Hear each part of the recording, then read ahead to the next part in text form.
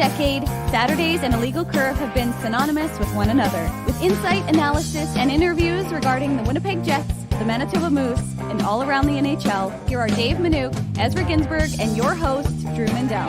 The Illegal Curve Hockey Show starts now. Good morning, Winnipeg. Good morning, Manitoba. For all those joining us live this morning on our YouTube channel and all of our social media platforms, we say good morning, universe, and welcome to the Illegal Curve Hockey Show with Dave Manouk, with Ezra Ginsburg. I'm your host, Drew Mandel, here for the next couple of hours to talk in depth about the Winnipeg Jets, the trade deadline, less than 2 weeks away. There was a big splash last night that we'll touch on, especially in the context of how that applies to the Jets and their trade deadline plans. And of course, much more on the Jets, the power play struggles, the usage of Nikolai Ehlers, and of course, what's going on this start of the 4-game road trip through the Eastern Conference. I say good morning to my fine friends, Dave Manouk, Ezra Ginsburg. Gentlemen, we're all back together for the first time, and I believe 3 weeks, if I'm not mistaken, something like that. So it's nice to be all Dave together popped here on for about 6 or 7 minutes on the 14th anniversary show. But yeah, it's been 3 weeks since we've all been together for a full show. So exactly, Dave's walk and talk back together. Look at us guys. Dave's walk and talk doesn't count, but it's nice to be back together on a Saturday morning with you, gentlemen. Nice to see both of you. How are you guys doing this morning? Well, I'm doing well. I hope you guys are also doing well. Hope everybody watching's doing well. Thanks for joining us on your Saturday morning. It's going to be a beautiful day. What a trade last night. You mentioned that was a big splash, Drew. Like, that was a tidal wave. Yeah. And I don't know if the Jets at all were in on Ryan O'Reilly, if Chevy talked to Doug Armstrong at all. We just don't know that at this point. But you have Austin Matthews, John Tavares, and Ryan O'Reilly, 1, 2, 3 up the middle. Like, not only is that probably the best center depth in the entire NHL, that might be the best center depth. The example I was using with Dave is since Crosby, Malkin, Jordan Staal, when the Penguins were winning those cups, whatever that was, 10 or 12 years ago. Like, that's incredible. And I realize O'Reilly can be a winger as well for you. And, some people are talking about, the Leafs gave up too much. Like, this is a rental, guys. With all of the, the big salary that the Leafs have, I don't think Ryan O'Reilly is going to be a long-term Leaf. But wow, when you're talking about a player who can actually, look at Toronto has to beat Tampa Bay in the first round, right, Dave? Like, that's all you have to be focused. We know how many times the Leafs have lost in the first round. It's been 20 years since they've got out of the first round. So Ryan O'Reilly, I think, goes a long way to helping you beat the Lightning in the first round. Well, look, and we don't want to delve, time will tell, of course, Dave, if it's an overpay by the Leafs.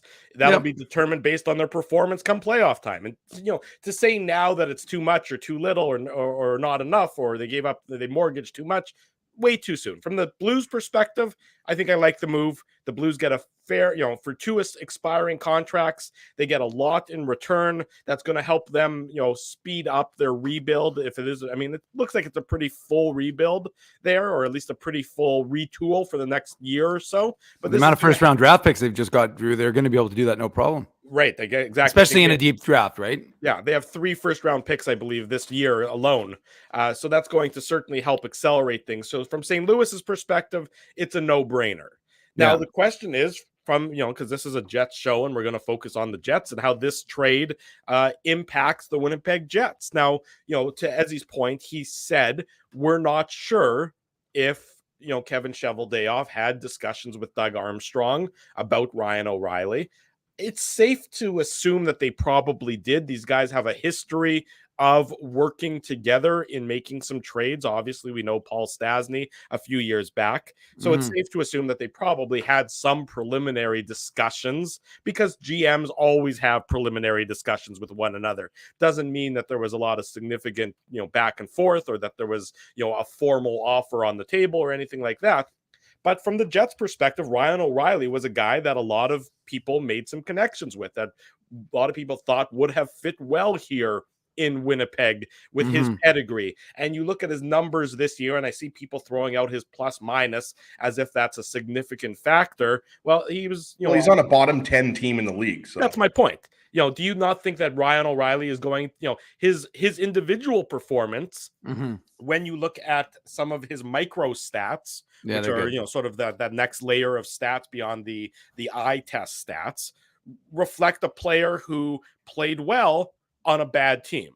So you Mhm. put him on a good team, I would expect Ryan O'Reilly is going to be a perfectly fine acquisition for the Toronto Maple Leafs. Whether or not especially behind Matthews and Tavares. that's right. Now, whether or not that puts them over the top, that's for time will tell in another show to discuss. We don't really care that much on that perspective. But what does this do from the Jets' actions 2 weeks out of the trade deadline? Does this, in your perspective, Dave, does this accelerate them getting involved in the trade market? Does this give them a kick in the behind to get something done before that Friday? Or is this still status quo for the Jets? We know Kevin Cheveldayoff likes to hunt for those deadlines. He doesn't do things earlier than he generally has to. Do you think this changes that mindset at all?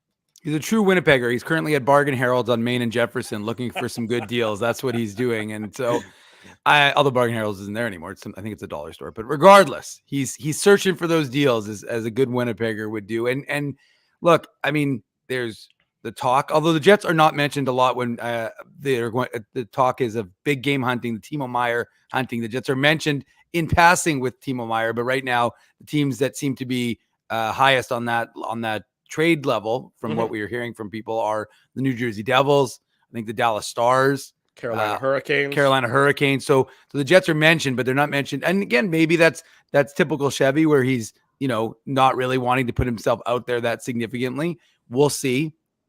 Are the Jets more likely Vegas to be in there as well on the right side with Stone out? Yeah, that's a good point, Ezzy. And that like I said to you last day or 2 nights ago on the show, right? I said like it does have that feeling of Vegas, the Mark Stone. Speaking of Mark Stone, when they got Mark Stone from Ottawa, and the Jets were dancing around that one for a long time, as was Vegas. But Nicole remembers Bargain Harold's, although she forgot about it, but now she remembers. But anywho, the point is that if we're going to talk about Bargain Harold's Day, we got to mention Uncle Willie's Buffet. Well, there's a lot of things we could go if we're going to go back in the day. But anyways, no, I mean, a couple of things, Drew. First of all, the Blues obviously have pulled out and said, okay, we're done. And that's the good move for them. And they doubled their draft picks in the next 2 years, right? They went from 5, I think Andy Strickland, who covers the Blues, said they went from having 5 draft picks over, I don't know if it was 23 and 24 to 10. I mean, that's a significant jump, especially on a draft of like 2023, which is going to be so deep. So that's a significant move for the Jets' rival in the future. But for right now, what it means is that the Blues are done, and that really it's down to 5 in the division in the Central right now, and the Wild obviously are having a significant number of problems. They picked up for retaining 25% of the cap hit for Ryan O'Reilly. They got a 4th rounder from the Leafs, and so look, I think it's a interesting move, but I don't know that it necessarily suggests that it's going to kick Kevin Cheveldayoff in the butt. I think he does his things the way he does his things, and I think he's going to be measured. And I honestly don't think it's like, I mean, maybe if it spurred 3 or 4 subsequent trades, then suddenly he's in a position where he's like, okay, well, now I got to get something done. But I think that right now it's a big move for sure in Leafland. But I mean, if the Jets weren't all in on those players, then I think for the Jets' perspective, you just keep doing what you're doing, which is, trying to work a deal that works for your team, whether that's Timo Meier, whether that's James Van Riemsdyk, whether that's one of the Shens, like, you know what I mean? Or Barbashev. Like, there's a lot of guys who are out there who are still in play for a lot of teams. So Braden Shen available? You said the Shens there. Yeah, no, sorry. Luke Dave's Shen, starting sorry. rumors here. Yeah, Luke Shen. I would take Braden Shen in a heartbeat. He's a fantastic hockey player. You go back to 2019. What I thought was really interesting too is that Ryan O'Reilly chose Toronto, and they apparently got the deal done really quickly, according to Darren Dreger, and apparently according to Dregs as well, Toronto might not be done. I'm with Drew. I think the defense is still not where it needs to be. Like, I think there's no doubt O'Reilly makes the Leafs better, guys. And I think that's what ultimately this comes down to, Drew. With the O'Reilly trade and the Tarasenko trade, these are both pure rentals. Yeah. Not to say that, it's impossible that these guys get signed, but I definitely don't think O'Reilly is going to be signed long-term in Toronto. The Leafs just can't afford him unless they move out like a contract like Nylander or somebody else. So I think, it maybe puts a little bit of pressure on Chevy to accelerate his trade plans, but I don't think it accelerates it that much. I would imagine Timo Meier is a target. I really wonder about a guy like Vladislav Gavrikov. Like, the Jets have been linked to him in the past. So I think, everybody's focused on Meier right now, but I think, with Chychrun and Gavrikov out there, I don't think the Jets are going to be in on Chychrun. I just don't based on what we've heard, a rental makes a lot more sense than a guy who has term, because you're going to have to give up a lot to get Chychrun.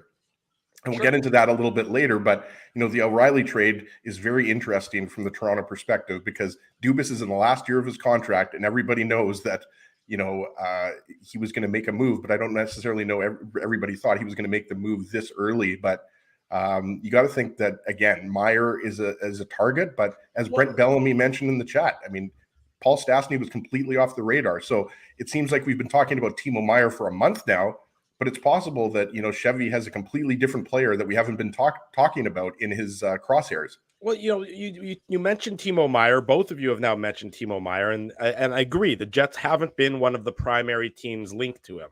It has been teams in the Eastern Conference by and large. New Jersey, who the Jets, of course, are going to be playing tomorrow night. They're sort of one of the surprise teams this year, I would say.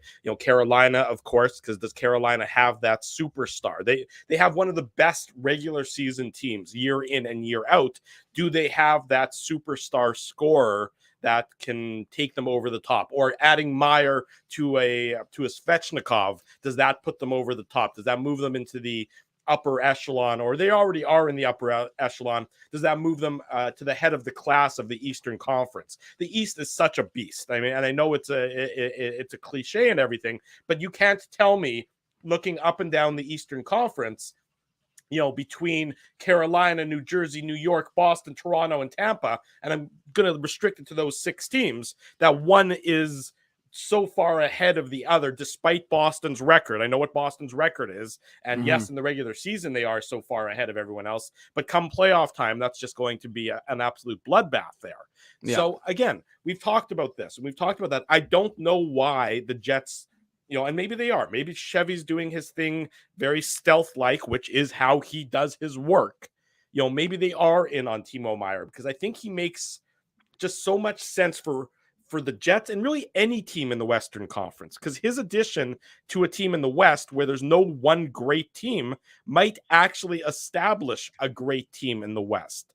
And, you have an idea now, or as the market continues to shape out, you have an idea of what the cost is going to be. This cost for Toronto, I mean, you almost have to look at it in 2 different ways. And I think I saw it on Twitter, Rachel Dory, who's been around the hockey world. She used to be in Vancouver, and remember she left Vancouver, was the AGM. She left Vancouver in not great circumstances, and I think she's filed a lawsuit against the team, if I'm not mistaken. That's really weird to me, Drew, because Vancouver is such a fantastic organization that treats their employees so well.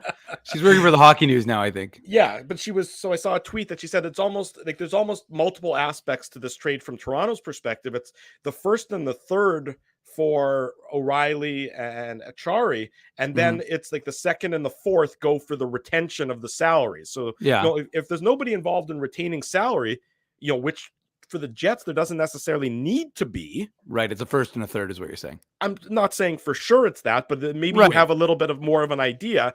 And maybe because there's he's a restricted free agent, Timo Meier, maybe there's another piece involved, and there probably would be. But, a guy under control, under contract control, depending on what you do with the qualifying offer, and it's, a first and a third for Timo Meier, if that's what the asking price is, and I don't expect that's exactly what it is today. Well, it wouldn't be that it wouldn't a first and a third would not be for Timo Meier, Drew. No, it wouldn't be. It would be more than that. But if it starts at a first and a third, that's probably something that I'm considering and probably doing. You're doing that all day. If it's only a first and a third, Drew. Like that's an easy decision. I'm not saying a first and a third and a prospect. That's something I'm still doing all day, every day. Oh, yeah. Okay, I didn't hear the prospect part. Yeah, I think they absolutely need a prospect. Timo Meier is one of their best players. You have to get something in return. Like that isn't just a draft pick. Another guy I want to circle back to, guys, a guy that we've talked about quite a bit over the last few weeks, but not necessarily as a prime target of the Jets, is Brock Besser. Right? Like a Minnesota kid, played for University of North Dakota. Like the Wild apparently really want him. We're not sure, but he's still having a pretty decent season. He's not scoring, he's a 2-time 20-goal scorer in the NHL. Pardon me, 4-time 20-goal scorer. I had to check that with Hockey DB, but you wonder if, to me, Besser would be a really good fit in the Jets' top 6. He's got 2 years left on his contract, though, so we should mention that. But, you wonder how, I wonder at least, how serious Chevy and the Jets are about acquiring a guy like Besser. Because, if you can't get Timo Meier, you wonder if Besser is, plan B. Well, I mean, look, Besser, there's a lot of concern about his game and his salary that's on the books. But, you wonder if you get him out of Vancouver. I mean, almost you get anybody out of Vancouver, you wonder if you can rejuvenate them just by virtue of But he's young, Drew. Like, what is he, 25, 26 years old? Like, this is a guy who has a lot of good hockey. So to me, his cap hit is completely manageable. I don't think he's overpaid by any stretch of the imagination. He's 25 years old. I mean, look, he's a scorer in the NHL. If you can score in the NHL, you have a unique skill set because it's the hardest thing to do. Help your power play, do. Whether that's the first or second unit. Like, he's a guy that's good on the power play, right? So I'm just putting it out there. I like Timo Meier is right now. Everybody's got a heart around Timo Meier. All Jets fans want Timo Meier because he's a superstar in this league. Well, but the problem is the Devils and the Hurricanes and the Golden Knights. There's probably 7 or 8 teams after Timo Meier. I'm just saying, just throwing it out there. We know that the Jets organization likes their Minnesota boys, right?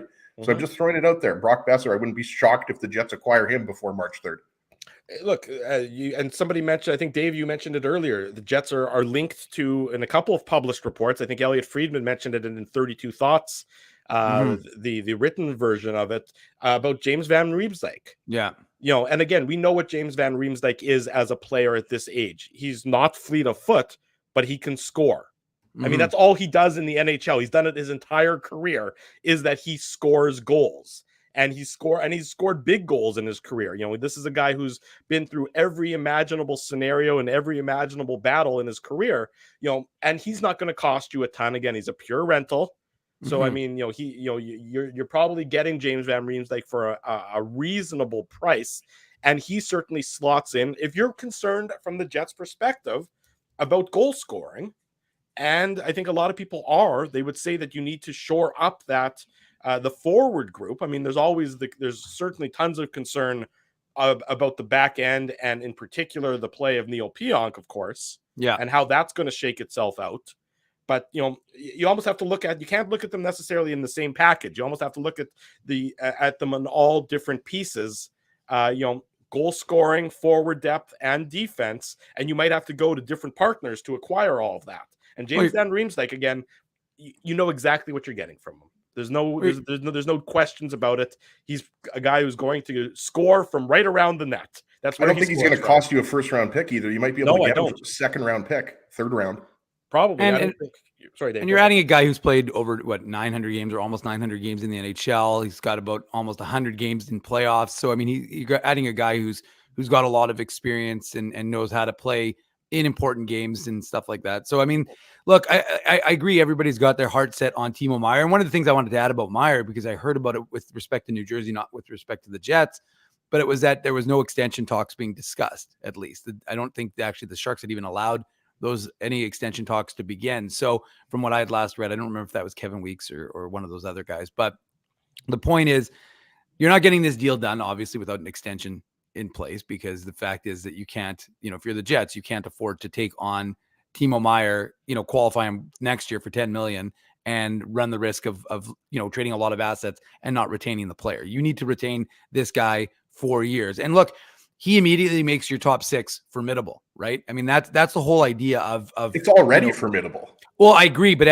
what it does is it takes the pressure off of Cole Perfetti, who's a very young player, 2020 first rounder. It allows him to play maybe a lesser role and allows a guy who's, what is Meier, 26?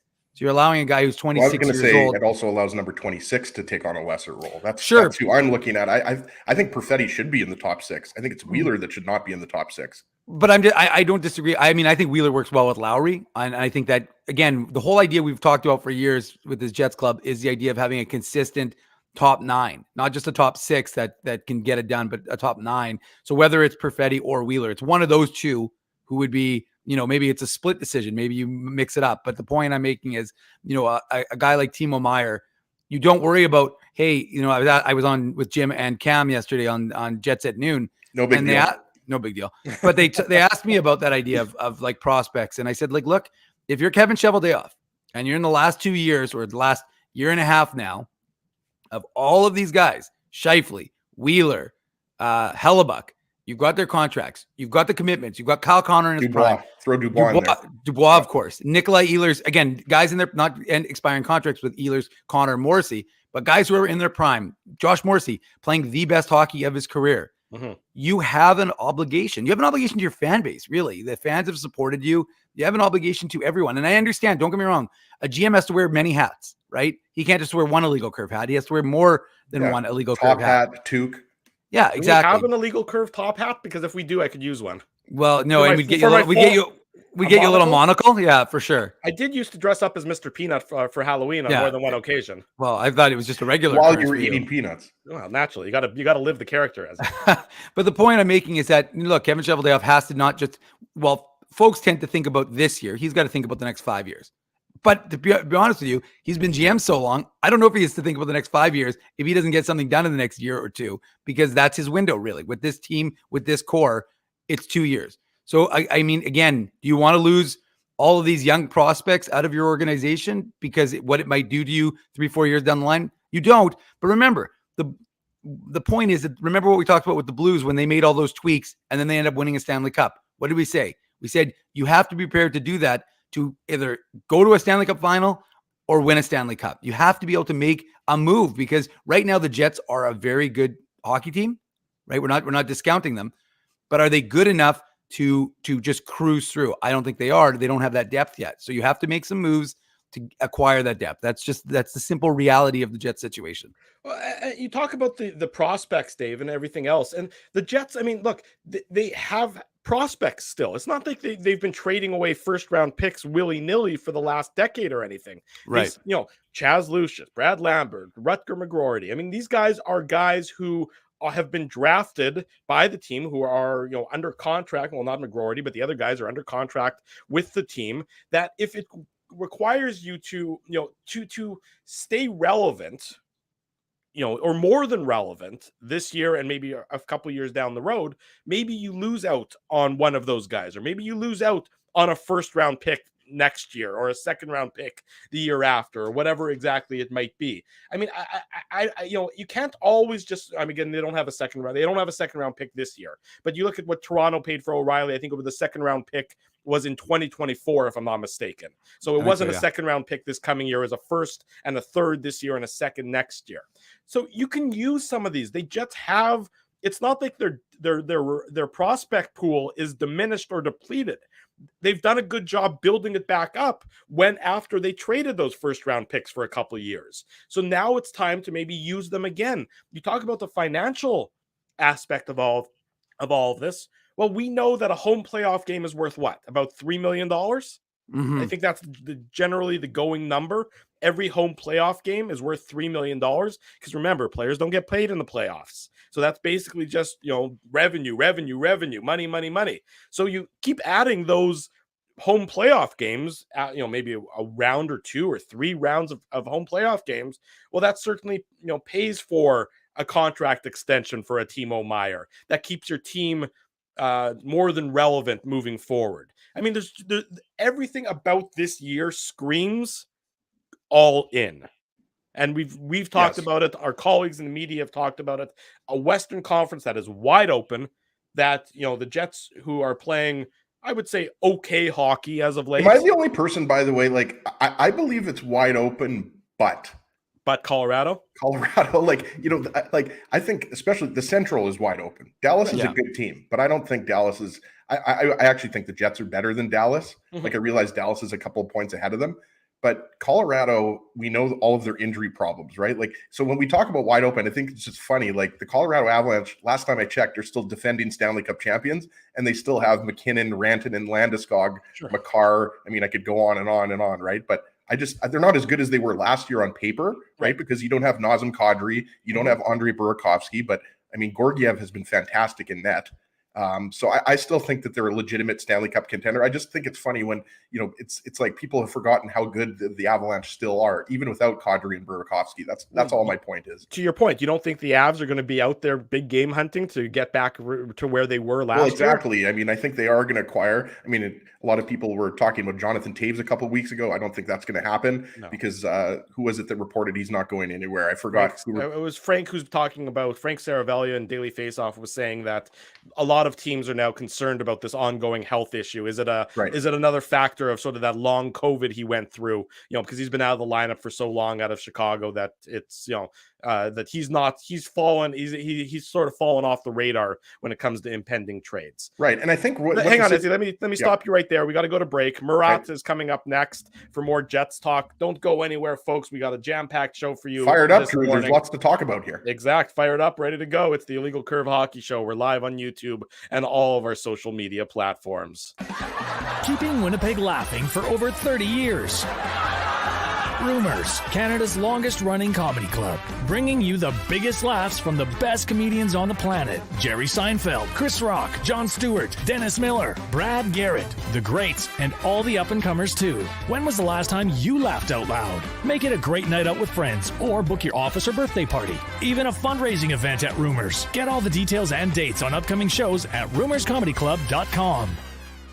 Hi, Ez. A strange question for you. But why are you lying on the ground being crushed by a piano? Well, Drew, I definitely tried to carry this baby grand piano down the stairs by myself, and somehow I failed miserably. Right. Yeah. Sorry, that was a silly question on my part. My apologies. Would you like me to call Rolly's Transfer Moving and Storage to help you move the piano? They are the most experienced piano moving company in Winnipeg, after all. Yes, please call Rollies and hurry. This piano is very, very heavy. Rolly's Transfer Moving and Storage offers stress-free residential moving services while taking great care of your personal belongings, including your piano. At Rolly's, no job is too big or too small. For more information, visit rollys.com. Hi, it's Drew from Illegal Curve here. Selling your home can be stressful, but it wasn't for me. Thanks to my friends at Zappia Group Realty, they made the process so easy. My home sold within 48 hours and with multiple offers. Zappia Group Realty took care of everything with their exquisite customer service and attention to detail. If you want to sell your home for more in less time, get started by talking to Frank and Mauro Zappia of Zappia Group Realty. Online at zappiagroup.com. Hey, Drew. Ezzy, whoa, what a smile! Yeah, I got my crowns done at Linden Market Dental Center, and they whiten my teeth. I see. They're so bright that every time I smile, they go, "We have hockey tonight. Do you have a mouth guard to protect those pearly whites?" I sure do. Whoa, they even ting through the mouth guard. Linden Market Dental Center covers all your dental needs from restorative to cosmetic dentistry and will fit you with a sports guard for that active lifestyle. 877 Waverly, see lindenmarketdental.com. So you're a pizza person, you married a wing person, but somehow your kids are salad people.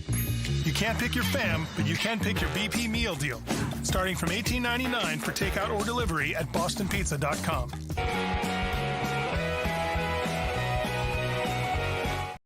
Bottom of the hour. Welcome back to the Illegal Curve Hockey Show. Drew Mandel, Dave Manouk, Ezra Ginsburg with you on this Saturday morning, and we're thrilled to welcome to the program from The Athletic, our very good friend Murat Ates, who I think is asking if we can hear him, and we cannot hear you at the moment, Murat. I'm not sure if you can hear us. Yeah, as we well. need to hear you and less of Drew. That's usually a lifelong rule here on the program. We have a look of perplexed on Murat's face. So he can't hear us and he can't speak. That's what we like, Murat. We'll just keep talking. You just sit there. We'll be like, he brought some. Oh, he's gone. He's gone. He's had enough. That's it. Wow. That was the shortest appearance in the history of Illegal Curve. Murat, can you really blame him for having enough of us? He's fulfilled his contractual obligations. Yeah. He did say he would be on the show. He never said how long he would be on the show for. We only pay Murat for 10 seconds, and that was a good 10 seconds. That was as articulate and as well-spoken as I've ever seen him, to be perfectly honest. So Murat is going to come back and join us, I presume, momentarily. In the meantime, of course, we can talk about some of his... Maybe there was a trade. Did we miss a trade here? Maybe Murat had to write about it for The Athletic. I haven't seen anything. Well, that happened yesterday, Ezzy. That happened when I was doing the media with the Moose. The Leafs trade broke as I was doing media. But thankfully, Anthony, as part of the Moose communication staff, waited till after we were done talking to the Moose players and Nolan Baumgartner before he broke that news. Can you hear us now, Murat? Nope. Can you hear us now? He's looking perplexed. It seems to be that we are Murat, can you use sign language to communicate your thoughts? Yes, Murat, do you have a quill pen there that you can just write out your answers? Let's just write out our questions and he'll write out our answers and then we'll hold them up to the screen. Well, couldn't we just send folks to read maybe we'll just read his latest piece on The Athletic. There you go. We can just send that article instead. Maybe text Murat or something to figure something out here. I'm not sure what that doesn't accept my text. What are you talking about, Drew? Okay, so he has a restraining order against me. As per Murat Ates, Winnipeg beat Seattle on Tuesday, asserting the Jets' position toward the top of the Western Conference before losing 3-1 to the Blue Jackets on Thursday in Columbus. No, I won't. That's just a little tease. You have to go pay for the article. Yeah. Well, let's talk about so obviously the game against Columbus on Thursday was not pretty. Drew, let me rephrase. They not pretty in terms of the result. Yeah, they dominated the game. The second period was average at best. The penalties both ways, not just against the Jets, but for against Columbus too, I thought were fairly marginal. The Pierre-Luc Dubois one, which ultimately led to the Patrick Laine goal, was atrocious. I mean, I don't know how you call that a penalty. That's embarrassing. And but look, they dominated the first and third periods. The Blue Jackets had the better chances in the second. So I mean, it's one of those games. Can you hear us now? Come on. There we can hear you. I heard you. Can you hear us? Come on. No, we can hear you. We can hear you. Now. Yeah. No, we can hear you. We can hear you. Just speak. Yeah, we can write out our questions. You can hear me just fine, which is great. But you can't hear us. Well, why don't we write out our questions to him? We'll read our questions. Wait, Drew. Maybe we should put the questions in a bar across the screen. Okay. Yeah. Hang on. Let me create a banner here. Murat. Good morning. Drew's going to spend 10 minutes doing this. Well, yeah. I mean, this is. How does the Leafs trade impact the Jets? Are you actually doing this right now, Drew? The trade deadline. Well, Dave, when you make do. Yes. All right. Can you see that, Murat? Let's start there. Hi. Good morning. Good morning. Y'all can hear me, yeah? Everybody's having a good time. Oh my goodness. I'm in the audio settings. I'm playing. I think I'm hip. I think I grew up on computers. I think I know how to choose an input and an output, and here we are. But I'll get ready. How does the Leafs trade impact the Jets plan at the trade deadline? I mean, first of all, congratulations to the Toronto Maple Leafs on going all in an effort to win a playoff round. And second of all, I think that Winnipeg is maybe. I think their fantasy would be to be able to add a top six, middle six type forward, ideally a right shot, maybe face-offs. Ryan O'Reilly would check a lot of those boxes. I think so. I think that there's a chance. But I think there's enough fish in that sort of regard that I'm not sure that Ryan O'Reilly to the Toronto Maple Leafs changes Winnipeg's perspective wholeheartedly. If they're desperate for a face-off person, the Jonathan Taves possibility exists, although the latest from Chicago seems to be that maybe he'll be staying put. But I also think that, in the trade deadline piece that I wrote evaluating Winnipeg's forward options, you sort of have to get a little bit lower on the list and a little deeper before you start to get into fits that seem to be more in the line of what Winnipeg would be shopping for. I'm not sure that. I mean, Timo Meier would be an absolute fun one for the Jets. And, I'm sure Jets fans are still holding out hope, but it could be more depth options in that regard. How badly do the Jets need a right shot defenseman who can play top 4 minutes? Is this the Neil Pionk question? Is that yes. Everybody's nodding? Yeah, I mean, they need the best version of Neil Pionk or a solution for that situation. When Neil Pionk came to Winnipeg, there was some questions about what level of defenseman he could be. Was he just the third pairing defenseman that he had excelled in New York? And then top 4 was a bit of a struggle. He came and he showed up and he delivered 2 really quality seasons for the Winnipeg Jets. And he was aggressive at the Winnipeg Jets blue line. He was defending entries particularly well. He was Winnipeg's best zone entry denier in the year that I tracked that stat, his first season with the team. And lately, maybe since his injury situation last year, he hasn't been at that level. And I think that if you're looking to snap your fingers and say, hey, what would it take to completely solidify the Winnipeg Jets defense? It would be somebody to play that role. And I get asked about Erik Karlsson as a result all of the time and how fun that would be.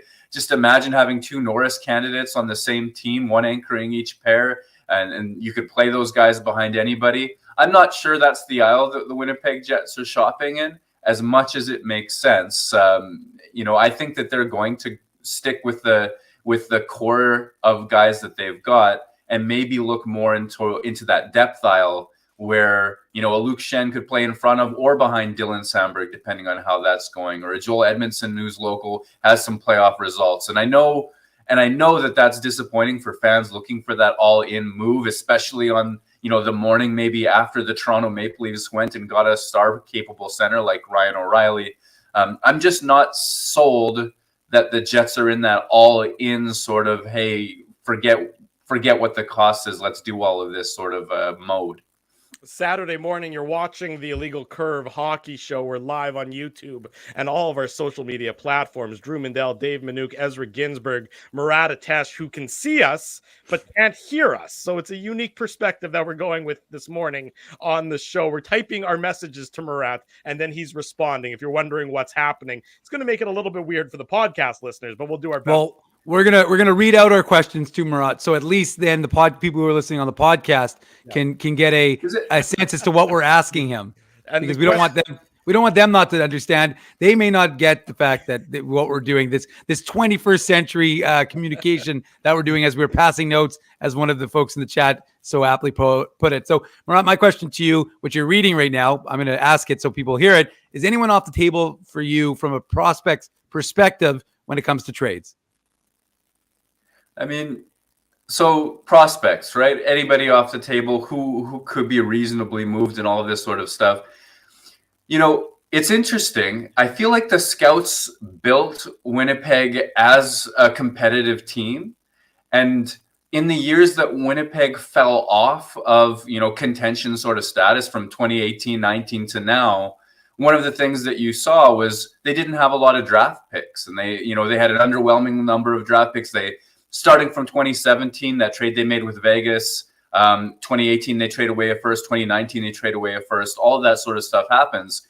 And you're only just now able to look at the Jets prospect pool and say, hey, they're kind of cooking again, at that top end. They've been deep in various ways for a while, but that top end is only just now replenished with Brad Lambert's and Rutger McGroarty's and Chaz Lucius's. And it just seems like trading from that group of players from one perspective would be a challenge. Why move on from the future that your scouts have found for you after all of that time away? At the same time, if the Jets do look at their 2024 situation with pending unrestricted free agents, they're concerned about Pierre-Luc Dubois' future, all of those sorts of things, and they realize that, hey, the West is wide open right now. We're having a good season. Josh Morrissey is spectacular. So many players are close to the best versions of themselves right now. Well, then at the same time, I'm not sure even one of those prospects is that 1A can't miss. This is a surefire top center, number 1D of the future. And as much as, I think they'd be loath from their perspective to give up, say, a Rutger McGroarty, who they probably imagine as a future captain and sort of an Adam Lowry type player, but maybe with some offense and that leadership for sure. I don't know if it's one of those. If the player coming back was going to have that impact, and if they went deep, I don't know that there's somebody who's absolutely untouchable to me either. Murat, let me ask you this question. I'm putting it on the screen. We talked about maybe the Jets shouldn't be all in this year, but given the current state of the Western Conference, given the Jets' current contract situation, you talked about it with the guys who are becoming unrestricted free agents in a couple of years, the uncertainty about Pierre-Luc Dubois, the wide open nature of the conference. Why shouldn't the Jets be all in this season?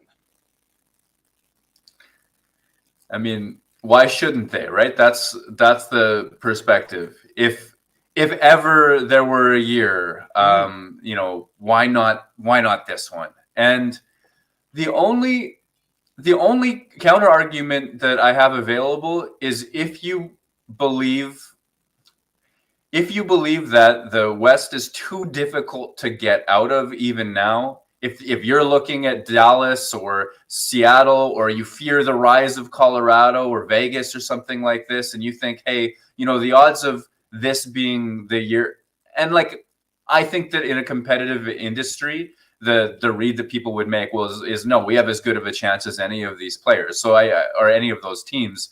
The other side would be if you're concerned about what happens to your next window after this, because I was just talking about the idea that scouts built this team, and here's a group of prospects, maybe not, surefire superstars, but there's a lot of quality there in that top end.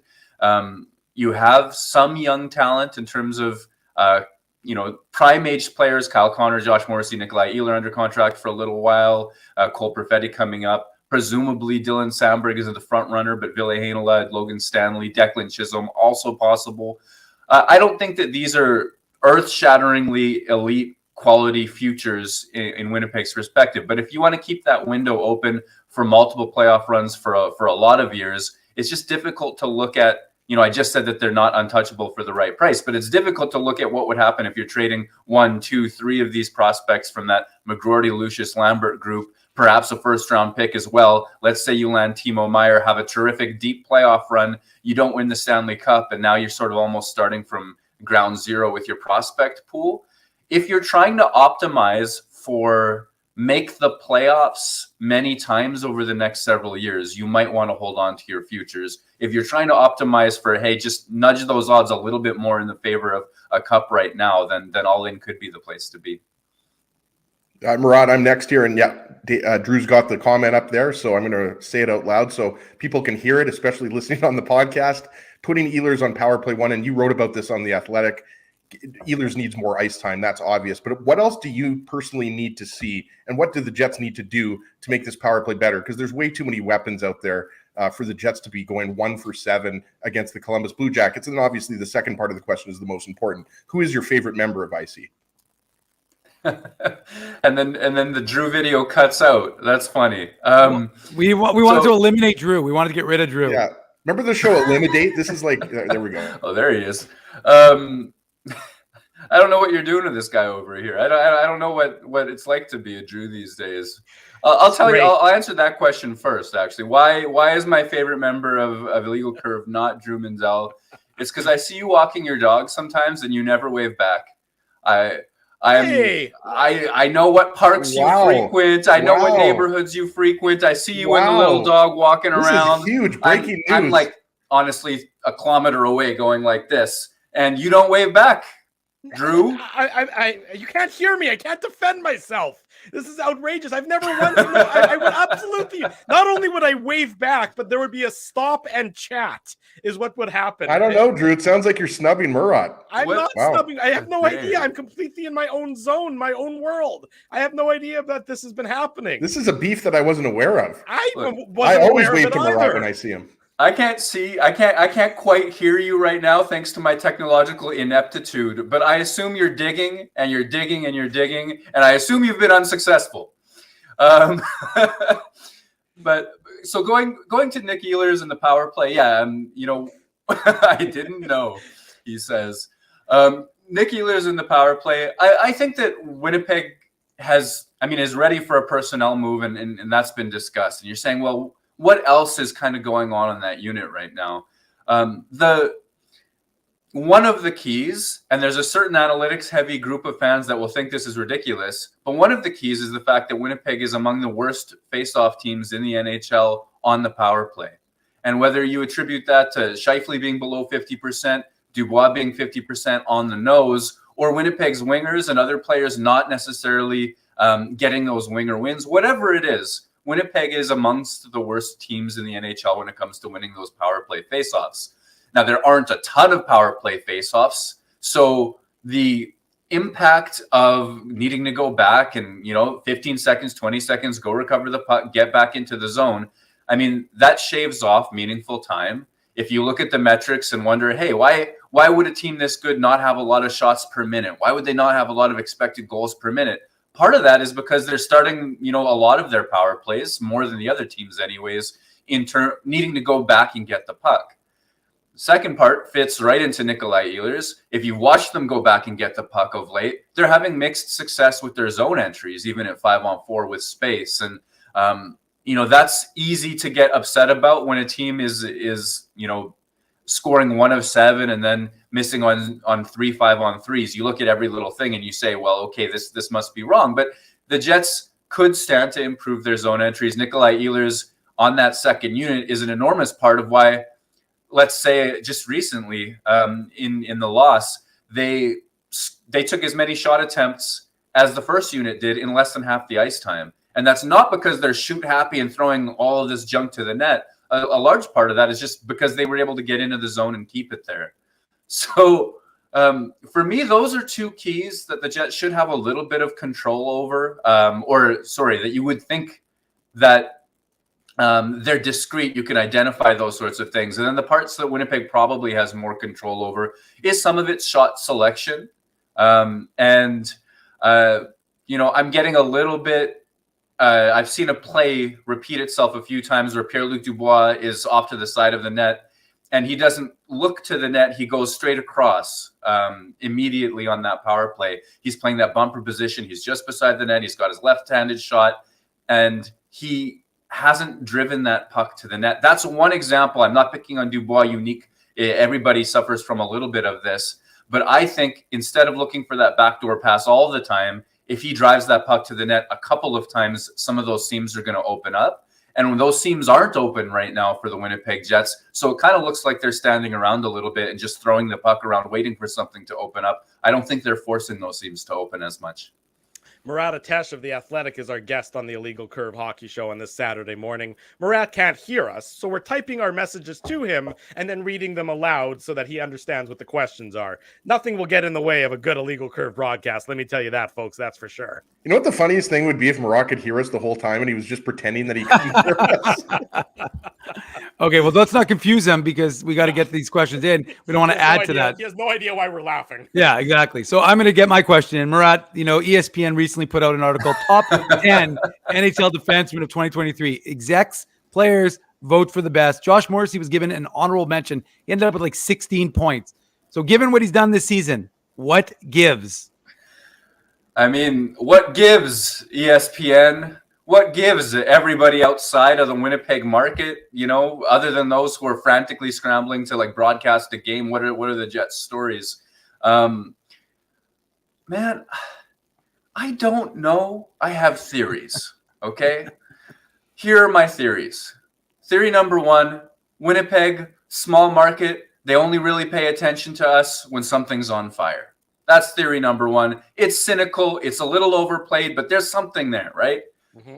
Theory number 2, Josh Morrissey's excellence this season has predominantly been offensive. His defensive numbers are all right. His offensive numbers are phenomenal.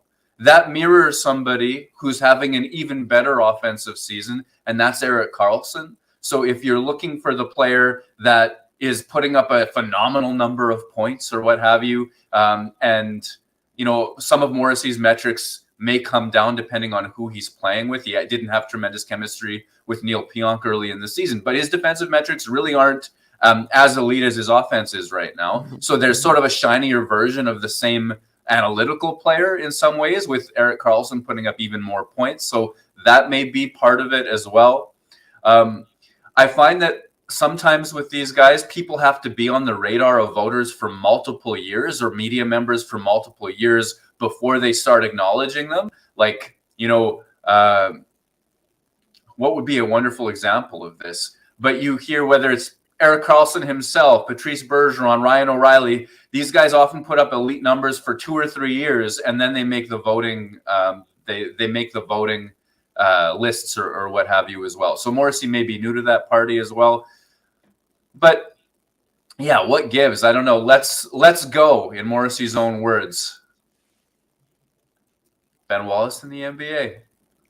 Yeah. Ben Wallace was always so underrated that then when he finally got his notoriety, he became overrated. Sorry. Again, you can't hear me, so this is very frustrating. I like the Ben Wallace reference, Drew. That's good. It's funny. Poor Murat. Oh, sorry, Dave.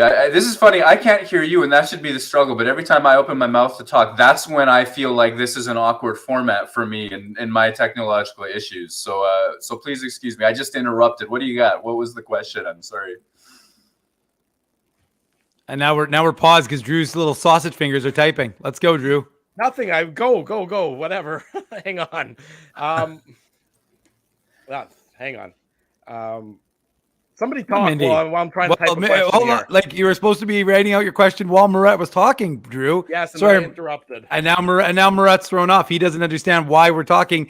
Our main man, the lawman, is watching us from Vegas, and he screen grabbed this and said wrong captions only right now because he's having a little fun with our technology difficulties, as they say. So Murat's wondering what the hell I'm saying. The folks in chat are wondering what I'm saying. I'm wondering what I'm saying. I mean, there's a lot going on, and Drew's sausage fingers continue to type. Hopefully a question at this point, Drew, because this is a hockey show. We want some questions. So get out your question already, Mandel. I have a question for Murat, but somebody's going to have to type it out. So I don't know if it helps for you could have typed it out, right, in the private chat? Well, I can't post it, though. David Riddick, discuss. With real-life examples. I'm sure everybody has listened to the audio, watched the clips of the David Riddick interview from the other day. Was it Wednesday after practice where David Riddick is sort of, he's hesitant. He's pretending he doesn't want to get into the center of the media scrum. Maybe it's sincere, but he's playing a little bit coy. Some of his teammates are gathering around the scrum, just knowing he's a personality and knowing that something might happen. So Dylan DeMello walks by and he's like, "Hey, I'm just sticking around. Like, good luck to you, fellas." And David Riddick says to the group, "Hey, go ahead, please. Smart questions. It would be the first time in this circle." And so he's razzing the media right off the hop, which I got a kick out of. Nick Ehlers, like, it was almost a That 70s Show burn response from Ehlers as he walked by. And then Riddick, he had his laugh and all of that stuff. And then he talked very sincerely about how it's been a process for him emotionally, mentally, preparation-wise, transitioning from a time where he felt he was a starter, especially in Calgary when he took over that crease for a good while, to being a backup in Nashville, being a backup again here in Winnipeg.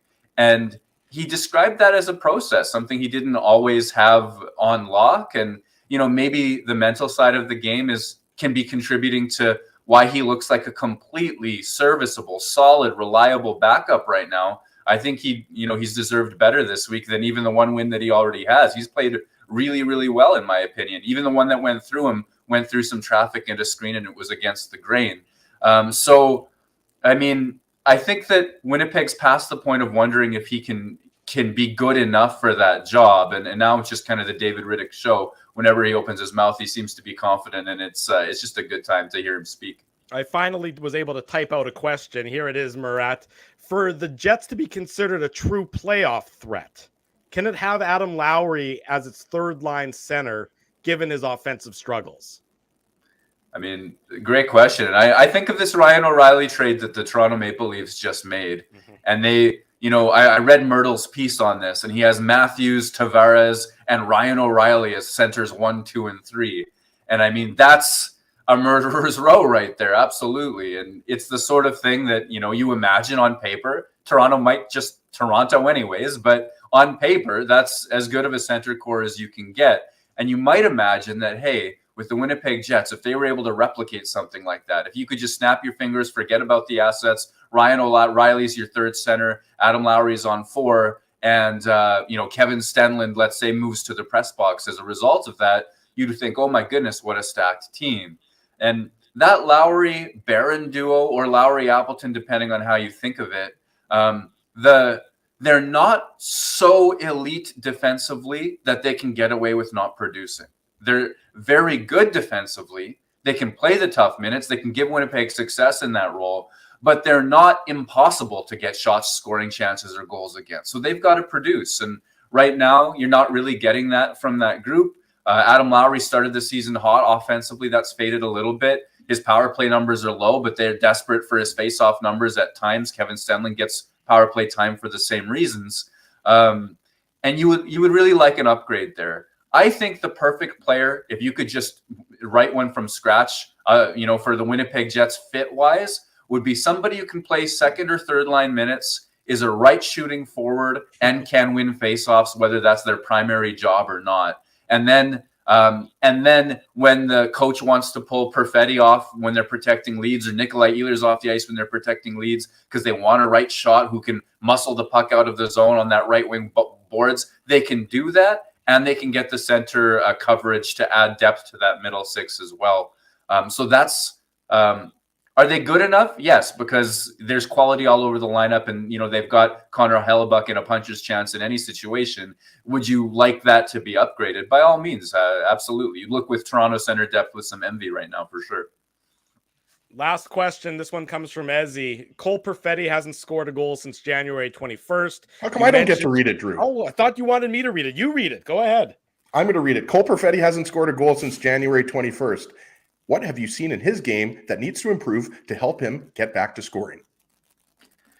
Yeah, it's funny. He hasn't scored a goal in a while, and he's been playing great hockey. So my read on Cole Perfetti is he needs to shoot.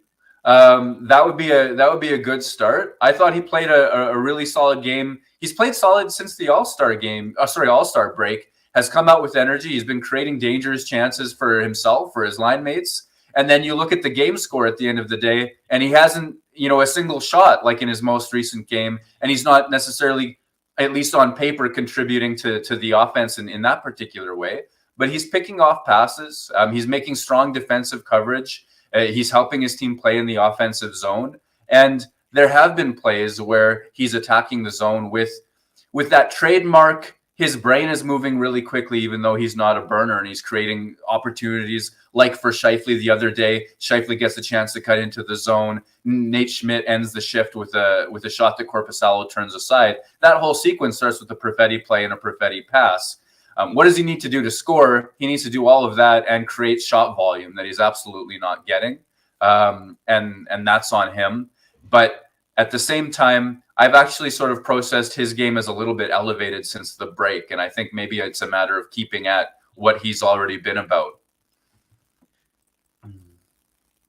Murat Ates is our guest on the Illegal Curve Hockey Show. Murat, thank you.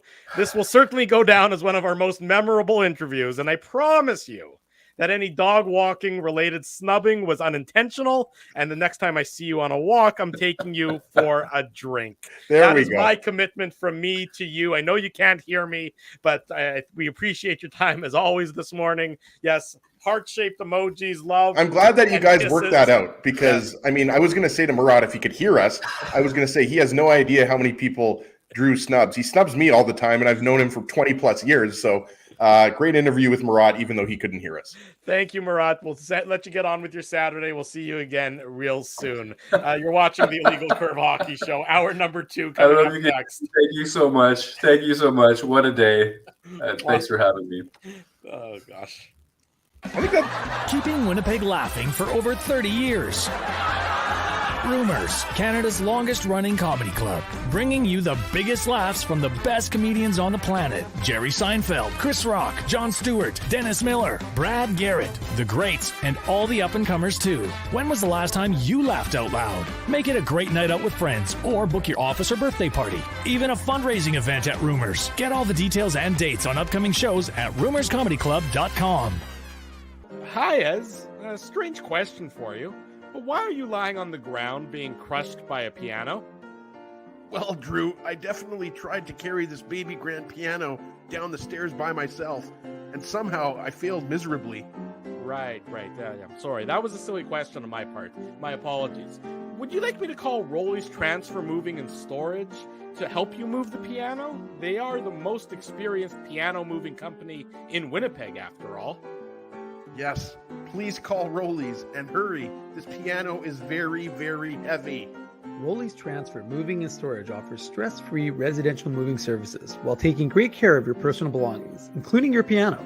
At Rolly's, no job is too big or too small. For more information, visit rollys.com. Hi, it's Drew from Illegal Curve here. Selling your home can be stressful, but it wasn't for me. Thanks to my friends at Zappia Group Realty, they made the process so easy. My home sold within 48 hours and with multiple offers. Zappia Group Realty took care of everything with their exquisite customer service and attention to detail. If you want to sell your home for more in less time, get started by talking to Frank and Mauro Zappia of Zappia Group Realty. Online at zappiagroup.com. Hey, Drew. Ezzy, whoa, what a smile! Yeah, I got my crowns done at Linden Market Dental Center, and they whiten my teeth. I see. They're so bright that every time I smile, they go... We have hockey tonight. Do you have a mouth guard to protect those pearly whites? I sure do. Whoa, they even ting through the mouth guard. Linden Market Dental Center covers all your dental needs from restorative to cosmetic dentistry and will fit you with a sports guard for that active lifestyle. 877 Waverly. See lindenmarketdental.com. So you're a pizza person, you married a wing person, but somehow your kids are salad people. You can't pick your fam, but you can pick your BP meal deal. Starting from $18.99 for takeout or delivery at bostonpizza.com.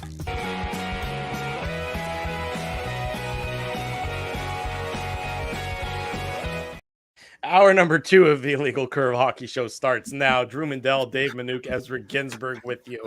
That was wild, boys. That was absolutely something we've never The thing is, though, Drew, that was a great interview. Like, Murat couldn't hear us, but his answers were great. So really, that's all that matters. That's true. It's exactly right. There was a lot of insight shared. There was a lot of back and forth, a lot of give and take. You know, We laughed, we cried again. It was quite the dramatic interview. Anyways, big thanks to Murat for joining us and powering through despite the technical difficulties. I give Philip Smith in the win though with his tweet at us talking about your snub of Murat, which will be living on in infamy. We're going to be talking about that for generations. And Philip said, Philip had it correct. He has you saying I didn't know, but obviously not true because with me he says he knew. Ezzy, bad Drew. And Murat, he didn't wave.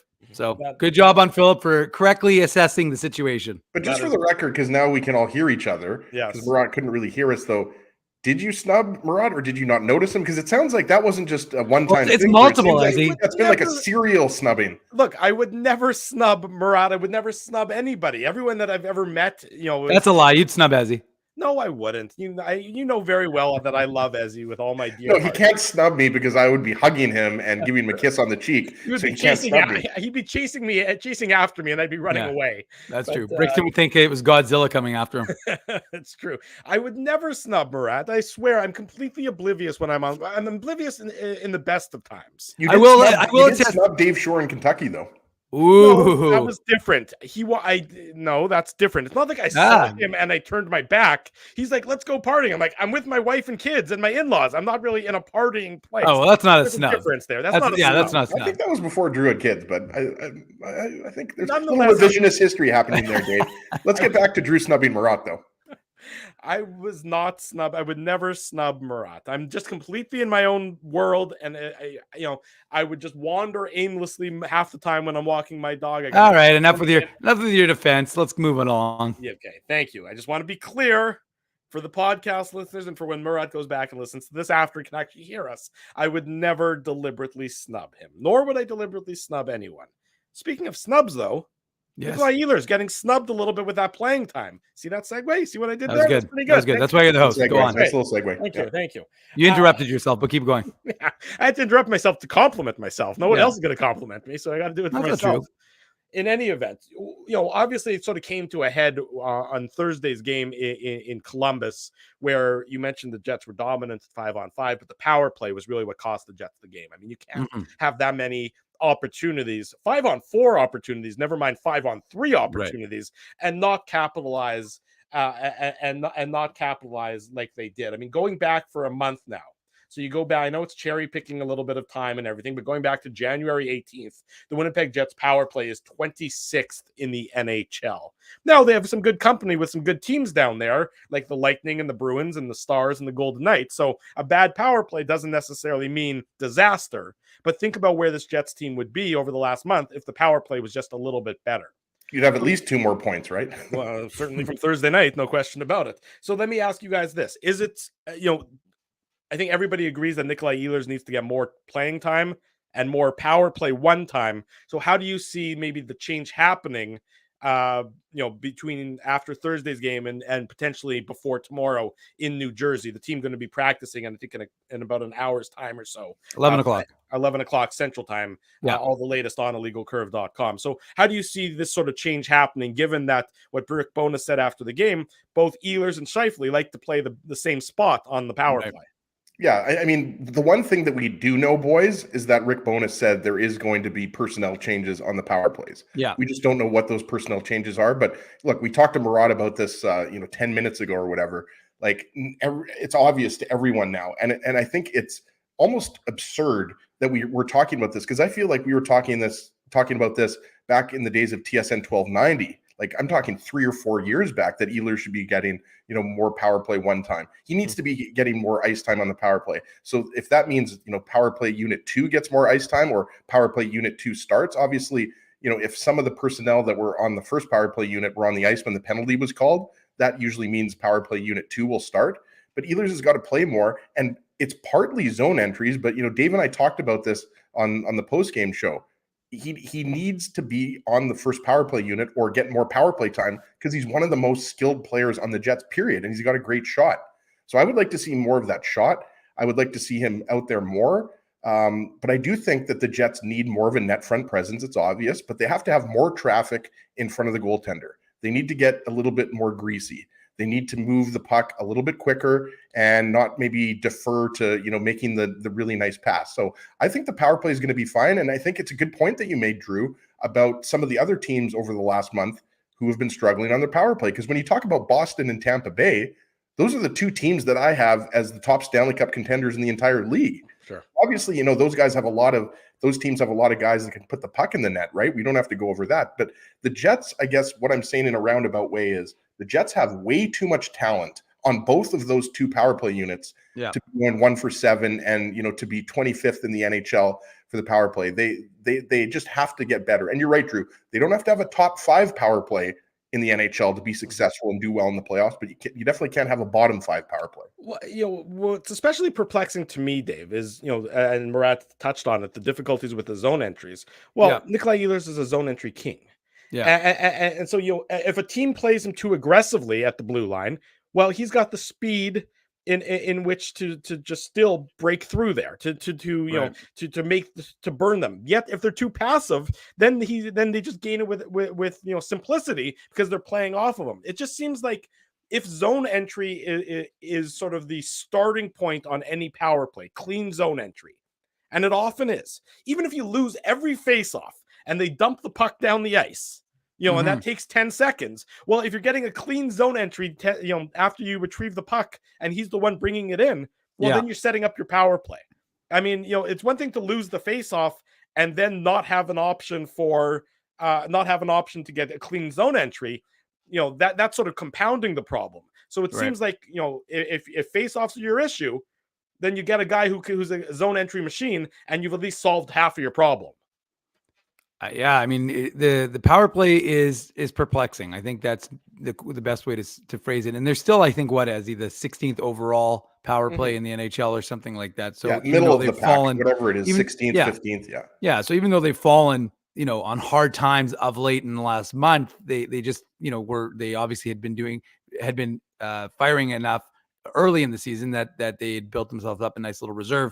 Unlike last year, where, if you remember, the PK was so atrocious to start the season that they could never recover. And even though they were playing much better towards the middle and end, it had done so much damage they could never, recover from it. But look, I mean, it's one of those things that we've talked about, and Ezzy and I spent a significant amount of time on Thursday's show discussing the power play, because that was the difference in the hockey game. And that's, the fact of the matter is that the Jets are in a comfortable position. And so you're not sitting there hitting a panic button because they lost to Columbus and Columbus swept the season series. I mean, look, Columbus had just beaten the Leafs. Columbus had beaten, I don't remember who else they'd beaten.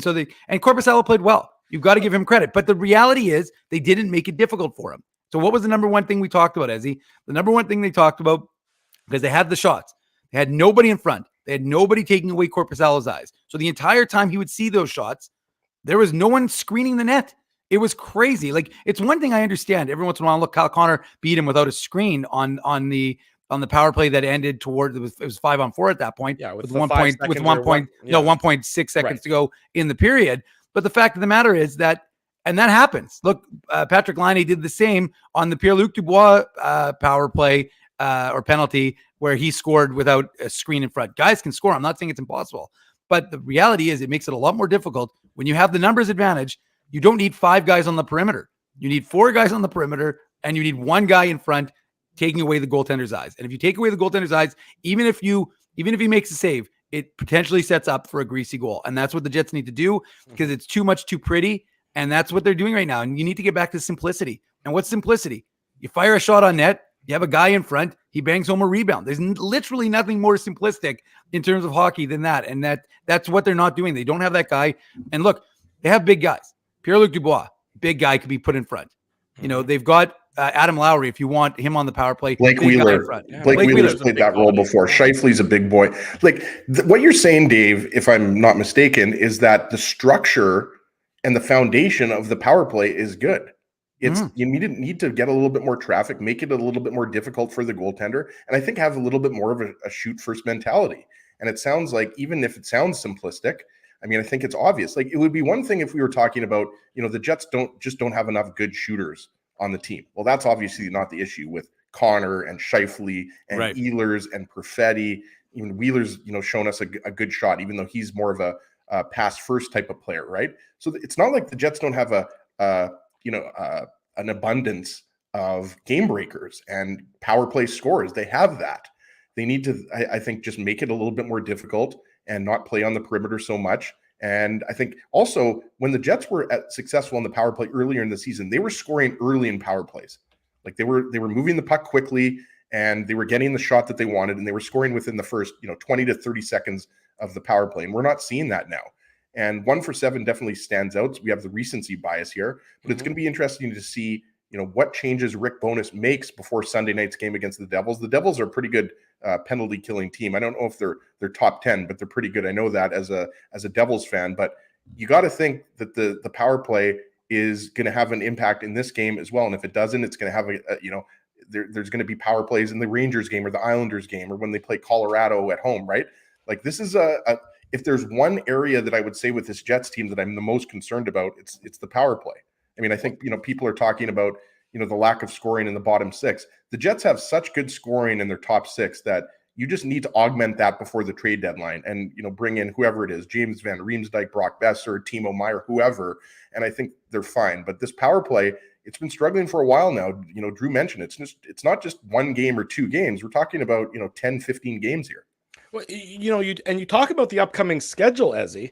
The next 8 games for the Winnipeg Jets, starting tomorrow night in New Jersey, are all against playoff teams. The New York Islanders are back in a playoff spot after they struggled so much this season. I know, and those bottom spots in the Eastern Conference are moving on a daily basis. So there's no guarantee that when the Jets actually face the Islanders, they're still going to be in a playoff spot. And Washington doesn't have Ovechkin and Tom Wilson right now, so that hurts them. Well, you look at it. I mean, Pittsburgh and the Islanders each have 63 points. Washington and Florida's on a bit of a heater as of late. They have 62 points. Even Detroit's still there with 60 points. So they're and they have some games in hand. So Detroit and Pittsburgh all have games in hand. Buffalo has games. The Red Wings, I think, are only 3 points back. They are. They're 3 points back, and they have 4 games in hand on the Islanders. So the Penguins and the Red Wings all have games in hand on the Islanders, Capitals, and Panthers. My point is, the schedule from now, right through the beginning of March is a difficult one for the Winnipeg Jets. And it was a couple weeks ago we touched on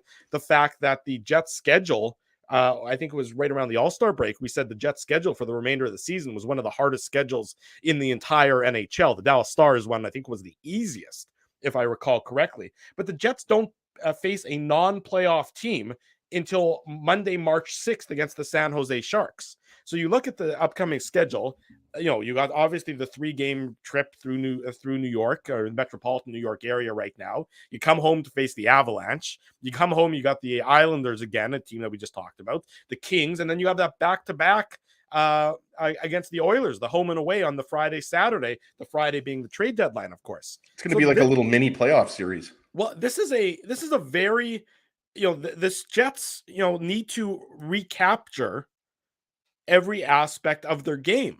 And I'm not saying that they're, on the verge of some horrendous slide, because I don't see that happening. There's been no indication that that's going to be a factor. The 5-on-5 play, which of course the vast majority of games are still played at 5-on-5, has been pretty good as of late. It was good against Seattle. Obviously, against the Blackhawks, that doesn't count because it's Chicago. It was good against Columbus. But, when there are going to be times where your 5-on-5 isn't stellar, especially when you play against some of these more difficult teams, that you'll need to rely on your power play opportunities. And you'll need to take advantage of those opportunities, because this Jets schedule, you look at it even into March, there are, until, the latter half of March, until really Saturday, March 18th, where you got a back-to-back against Nashville and St. Louis. Both teams will be out of it by that point in time. We know St. Louis is already waving the white flag. I know they are, but Nashville might even trade some more guys by then. Right. St. Louis is already doing so. Then you got Arizona and Anaheim, San Jose. You got a couple harder games, one game against the Kings mixed in there.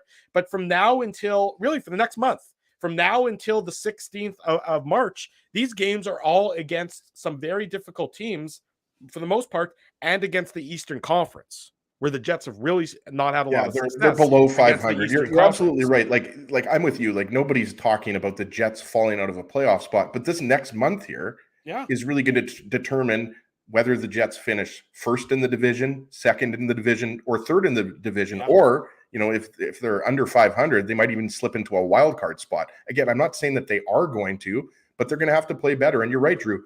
Against Seattle, against Chicago, the power play, a game in which you have 7 power play opportunities and you only score once, that's when it really hurts you. Because most of the game, we talked about it, Columbus got a lot of power plays too. They got 5, right? So almost half of the game, or more than half of the game, was, played with a man short. So I think they got to figure this out. I do think, I told Dave, off air, my prediction is the Jets go 2-1 for the rest of this road trip. I think they beat the Devils. The Rangers, they've always had trouble. Going back to your bachelor party in 2011, Drew, the Jets have always had trouble. And the Rangers, by the way, have won 6 games in a row. 7 games in a row. They beat the Oilers yesterday. Right, 7 games. You're right, Drew. Pardon me. You're right, Dave. I misspoke there. Dave, I'm Drew. And I think they beat the Islanders. So I think they'll go 2-1 over these next 3 games, but it's definitely not going to be easy, because all of these 3 teams, as you mentioned, Drew, are playoff teams, and they're trying to improve their playoff standing. Well, let me ask you guys this. How much stock do you put into this, it's not even a narrative, it's fact about the Jets struggling against the Eastern Conference? Is that something that's just sort of happenens? It's not a narrative, it's the truth. Well, that's what I'm saying. It's not exactly. It's statistically, it's the statistics. So why are they struggling against the East? Is it something that's really like that they just don't match up well against those type of teams, or is it? I think it's partly that, but I also think the East is really good. Okay, right? Like, that has a lot to do with, like, you could argue that 4 or 5 of the best teams in the NHL right now are in the East, right? We know who those teams are. I mentioned I put Boston and still Tampa at the top of that list, but I think you're putting Carolina in that list. I think you're putting the Rangers in that list. And who else am I forgetting here? Did I say the Leafs? I forget. The Hurricanes. The Hurricanes, I think I mentioned, but Leafs, Hurricanes, Bruins, Lightning. The top 6, and basically. Rangers. The top 6 in the Atlantic and the Metro. Yeah. And then with the wild card teams being probably similar to some of the better teams in the Western Conference. The East is certainly the better of the 2 conferences this year. So that, it could just be as simple as, you're right, the Jets are playing against better competition when they play the East, and that's why they're struggling. Right. And obviously losing twice to the Blue Jackets, that's one of the worst teams in the league. So that's unacceptable. For some reason, the Jets have really struggled against CBJ. Maybe, Patty Laine scoring goals has something to do with that. The revenge factor. I'm obviously joking a little bit, but look, they should have scored at least a couple more goals last game. Korpisalo, like we talked about it, the goal save above expected, it was something like 3.9, Dave, or 4 for Korpisalo. So that's absolutely ridiculous. When you think about it, the Jets' expected goals were, I think they had 2.5 more expected goals than the Blue Jackets. So look, I think the power play is going to be fine. I think they'll turn it around, but it's really going to be interesting to see what exact personnel changes Rick Bowness made, because when you go 1 for 7 against the Blue Jackets, Dave, that changes are coming. Well, so let's talk about that. We got a few minutes before we have to take our final break of the show. So what changes do you think happened there, Dave? We talked about, Bowness talked about it. he talked about Ehlers and Scheifele like playing the same. Ask me in an hour, I'll sound like a genius. Yeah, well, yeah, you and me both, of course. But I mean, so how do they retool this? Because I mean, there's how who do they move to other positions, or who do they take off of the first power play unit to account for to bring Ehlers in and or account for the fact that Ehlers and Scheifele like to play the same position? Can one of them move to maybe the middle, to the slot position, in the umbrella power play that most teams run right now in the NHL? Is there room for both of them? Maybe there isn't room for both of them on the first power play unit. That's not, I mean, it's hard to believe, but it's not impossible. So who do you think is the first player who's likely to get shifted around when practice starts in about 40 minutes? It's a hell of a good question, Drew, because honestly, like, I really don't know. I mean, like, you could say maybe you want a little more speed, so you take Blake Wheeler out, but Blake Wheeler's, of course, a very good facilitator, as you've talked about during the show. So, I mean, is he the guy who's coming off and are you replacing him with Nikolai Ehlers? Are you again, are you mixing it up entirely? Are you just going to mix up the composition and try and have a little more balance throughout the course, and maybe, I don't know, move a couple of guys off PP1 and then move them to the PP2 and do that kind of fix? Like I said, to me, the first power play unit, the problem is like replacing Kyle Connor with Nikolai Ehlers, or Blake Wheeler with Nikolai Ehlers. Like, I mean, Ehlers obviously has a way better shot than Blake Wheeler. Not even a question there. So to me, but Wheeler, Dave, Connor, hold on 1 second though. Connor is the one guy. No. You're not.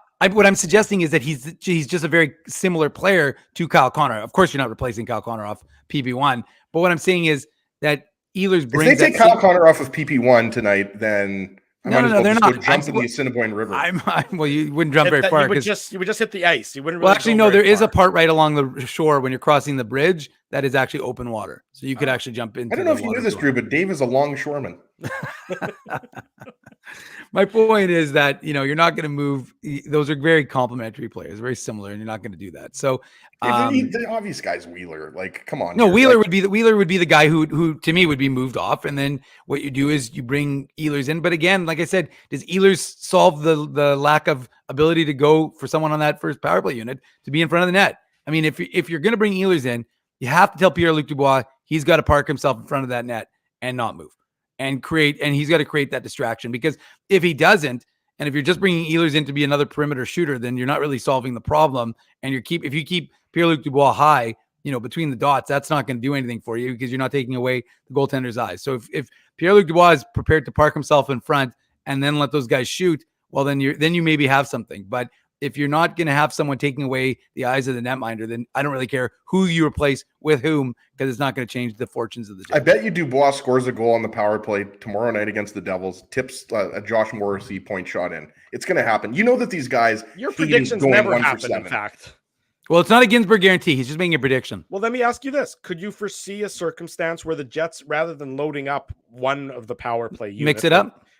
Almost have two, instead of having a 1 and a 2, almost try and go with a 1A, 1B sort of power play setup. Maybe use a guy like Cole Perfetti in a more pronounced situation. Maybe, they take 2 guys off of that first power play unit. And again, I'm not advocating for that. I'm just wondering if instead of going, a minute 40, 20 seconds, or a minute 30 seconds, they try and go more of a minute and a minute to give each more power play time. I mean, I don't know that that's the solution from my perspective.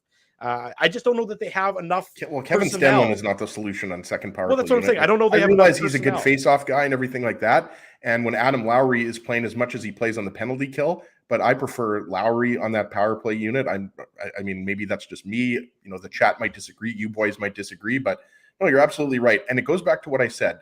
And it's the Jets coaching staff that has to figure this out. It's not us that has to figure out. We can talk about it all we want. I mean, these guys are paid to figure out the power play, right? There's just way too much skill on this team. Like you mentioned, Drew, Perfetti's on the second power play unit. He's got a great shot. He's got great vision. He can set plays up. Mm-hmm. Maybe Perfetti ends up getting more power play time on that first unit.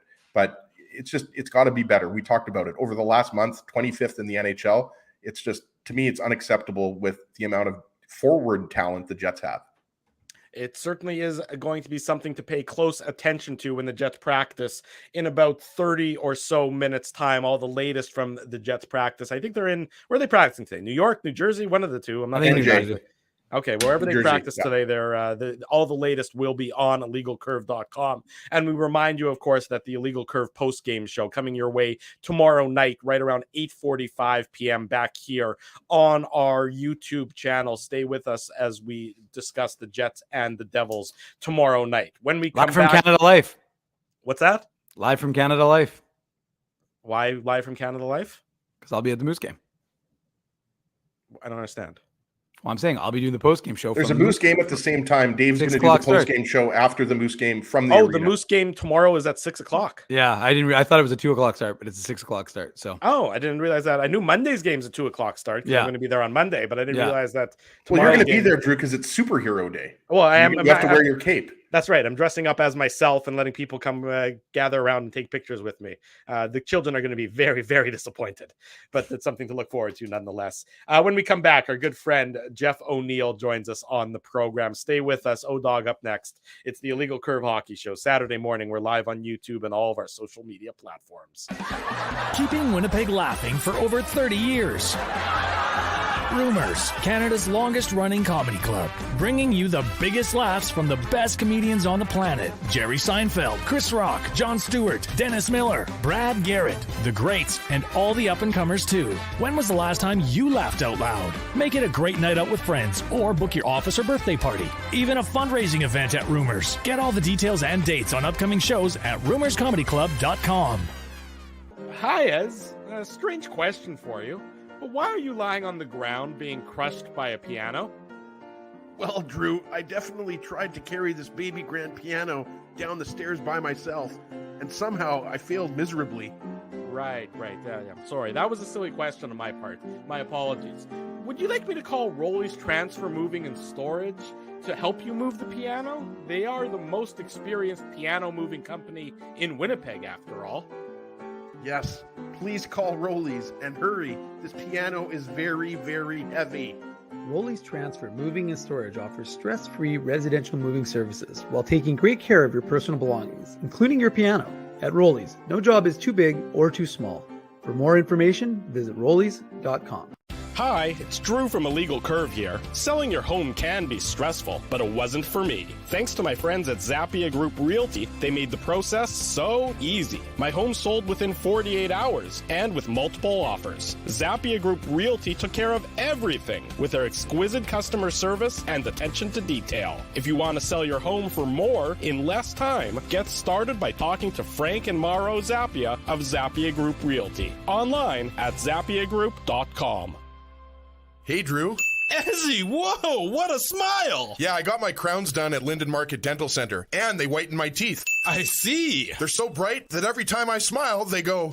We have hockey tonight. Do you have a mouth guard to protect those pearly whites? I sure do. Whoa, they even ting through the mouth guard. Linden Market Dental Center covers all your dental needs from restorative to cosmetic dentistry and will fit you with a sports guard for that active lifestyle. 877 Waverly. See lindenmarketdental.com. So you're a pizza person, you married a wing person, but somehow your kids are salad people. You can't pick your fam, but you can pick your BP meal deal, starting from $18.99 for takeout or delivery at bostonpizza.com.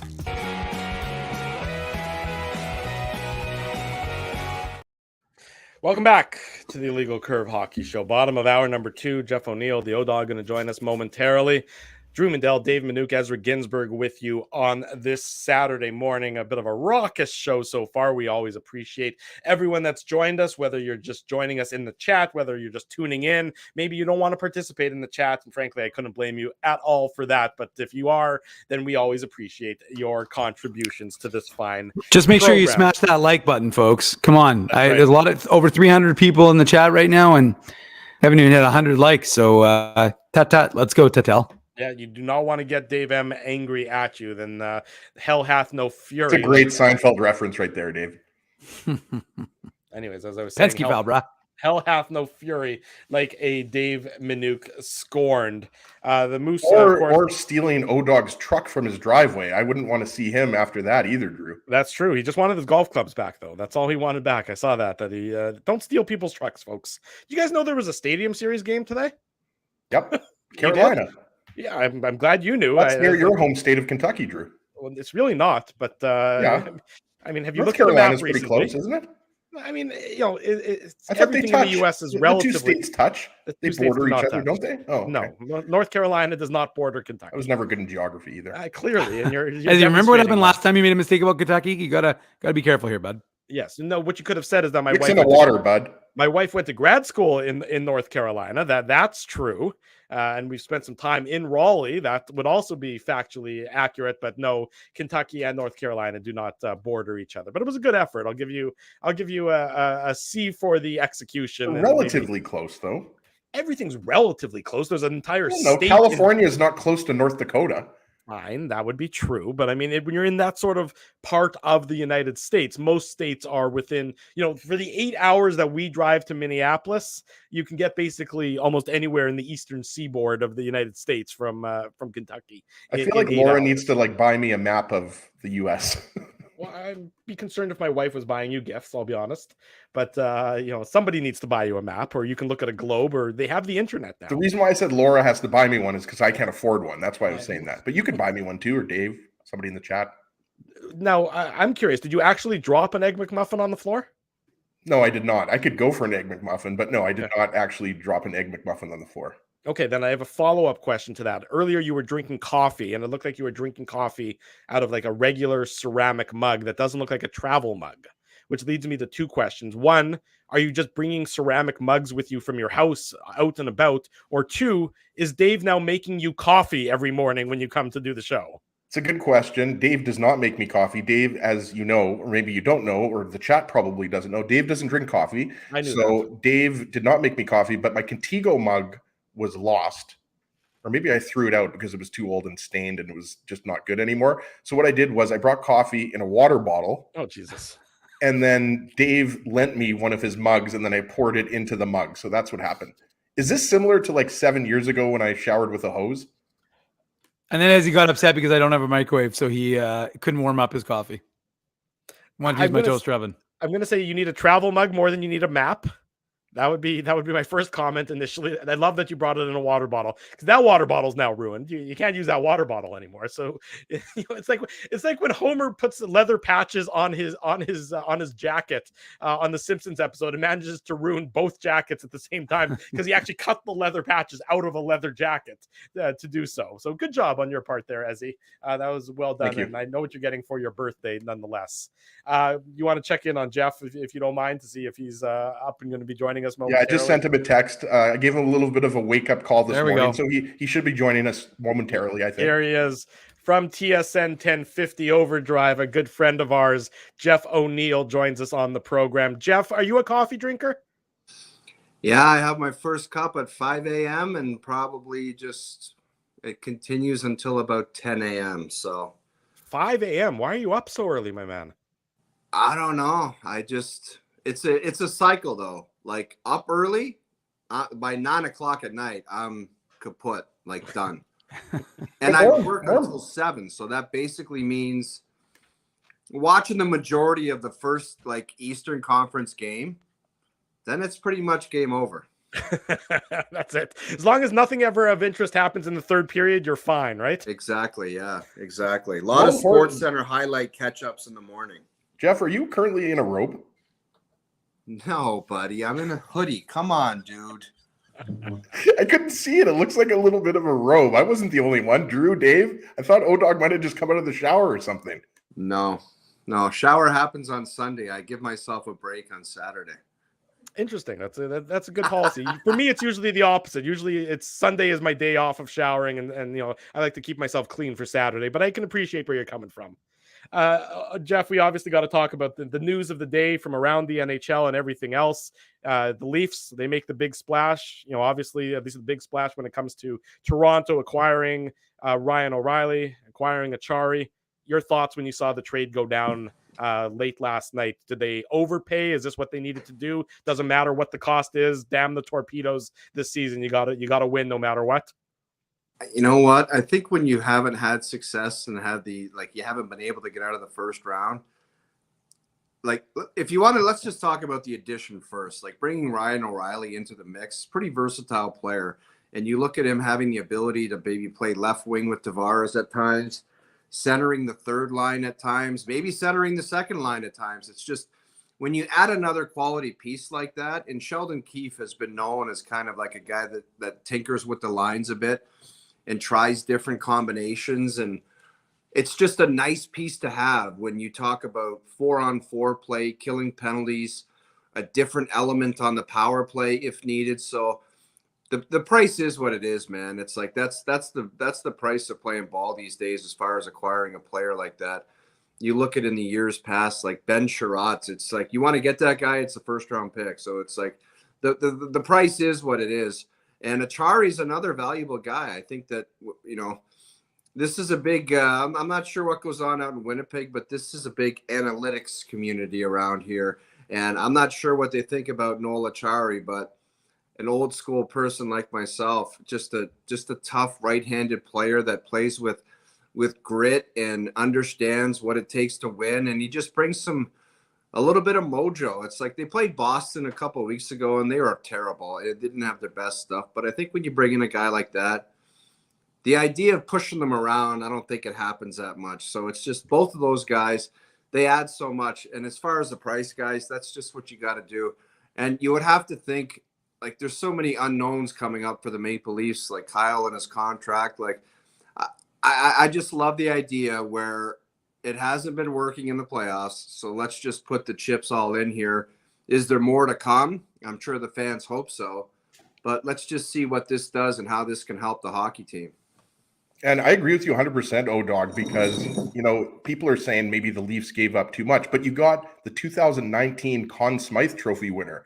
And Noel Acciari, as you mentioned, he's a guy, I think, you would agree too, that the playoff experience with both the Bruins and the Panthers, right? Like he brings that sandpaper, but he also brings that playoff experience. And that's what the Leafs need. And I was talking to Drew and Dave about this. Like, to me, like Kyle Dubas had, you have to beat Tampa Bay in the first round. Like you're not thinking, necessarily, we're acquiring Ryan O'Reilly to win the Stanley Cup. Obviously, that's the ultimate goal.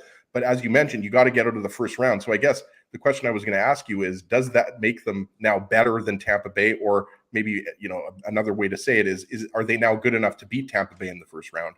Ezzy, I think the only thing you can do is improve your chances.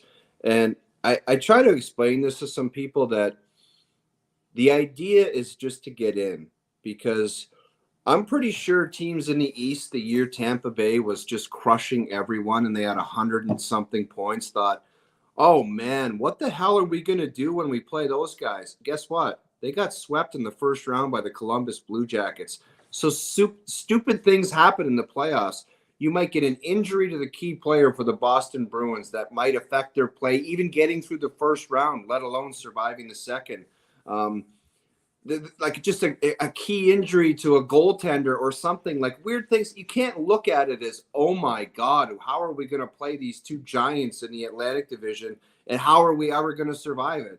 It's just a defeatist attitude, and you might as well not play competitive pro sports if that's going to be the approach. So I think just aligning yourself and giving yourself the best chance. So even if everybody's healthy, they're looking at you saying, man, that Toronto team up front, that's a pretty good team, and we're going to have a tough time matching up against that. And God forbid if something does happen, like I just mentioned, it just increases your chances even better. But you bring in a guy like Ryan O'Reilly, just an experienced guy. He's just a great add to the mix and really brings a different element. Jeff O'Neill, the O-Dog from TSN 1050 Overdrive, is our guest Saturday morning. We're on the Illegal Curve Hockey Show, where you're watching us live on YouTube and all of our social media platforms, and of course the podcast edition available shortly after the show wraps up. Well, Jeff, we're a Winnipeg-based show, so we got to ask you about the Winnipeg Jets and what you're seeing from this team from afar. Of course, fans are losing their minds after they went 1 for 7 on the power play, including 3 5-on-3s, which they failed to score on. But what are you seeing from the Jets? And what, in your mind, when you look at the Winnipeg Jets, what is your big need for them in terms of an ad? I think you look at both positions. Obviously, they are locked in, maybe better than any other team as far as their goaltender.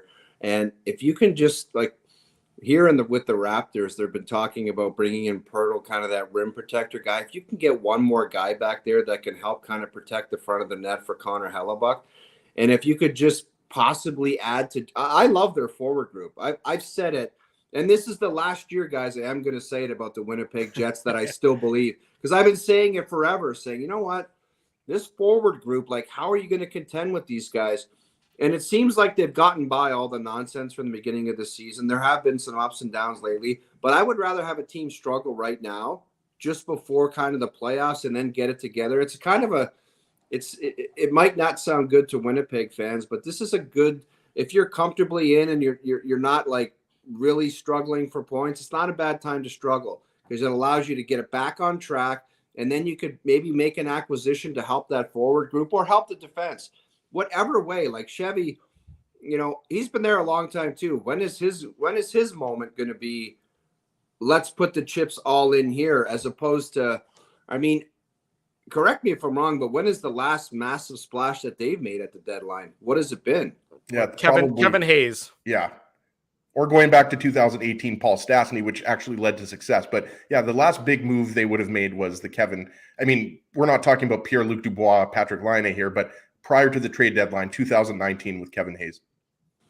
I mean, even if you asked your fan base, would they say that's like an all-in, chips all-in type of moment? I don't think so. So why not give it a shot? And the way I've described the Winnipeg Jets, like maybe this could be their Washington Capitol type year where people are maybe closing the window on them, and all of a sudden they just say, you know what, we're going to put it together. They have the goaltender to do it, so why not push everything in? Because when guys like Timo Meier and different star players have come up, Patrick Kane and Jonathan Toews, who knows, I don't hear the Winnipeg Jets name a lot. It's all different teams. Why not throw your name in the hat and just say, we want to be a part of this? Why can't they go out and get a guy like Timo Meier? I think they have the cap space to do it this year. It's just why not? Mm-hmm. Throw your name in the hat and create a buzz there. There's a buzz in Toronto.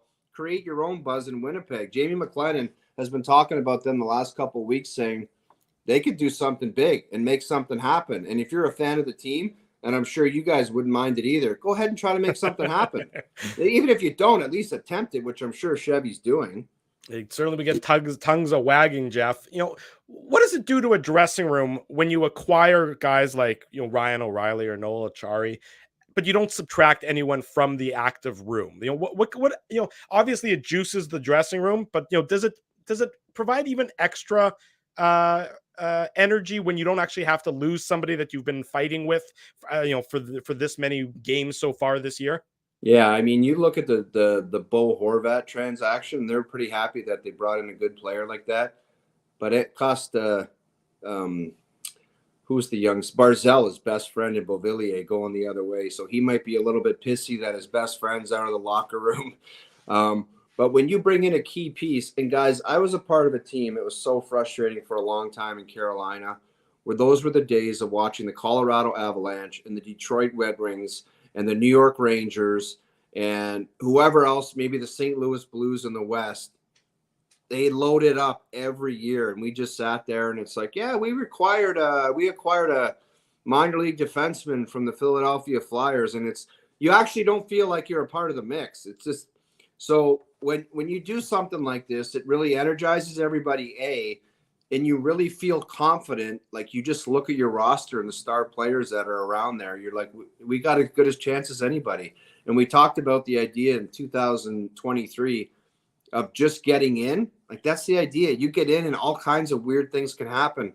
We've talked about Gary Bettman's format here, where it's like, after the first round, there's some good teams that are gone. Like, some real quality teams are out of the playoffs.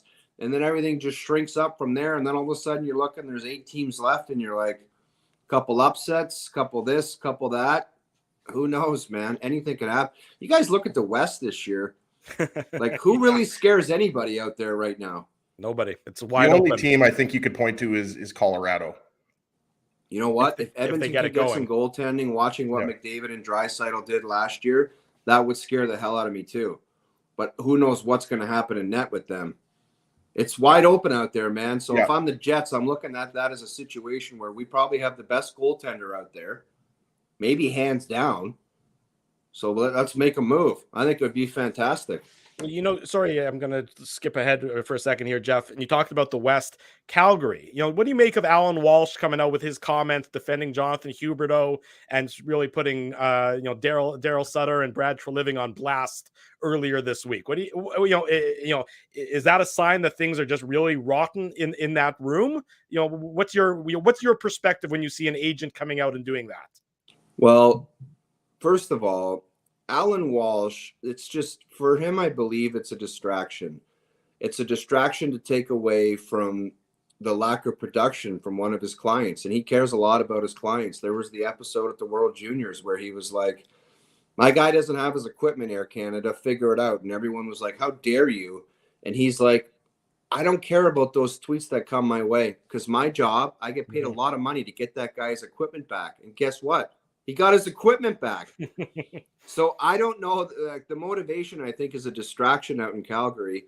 But at the end of the day, they got to figure something out there and rather quickly because the team's not playing well. Huberdeau's not playing well. And they got a bunch of offensive guys that aren't contributing like they used to.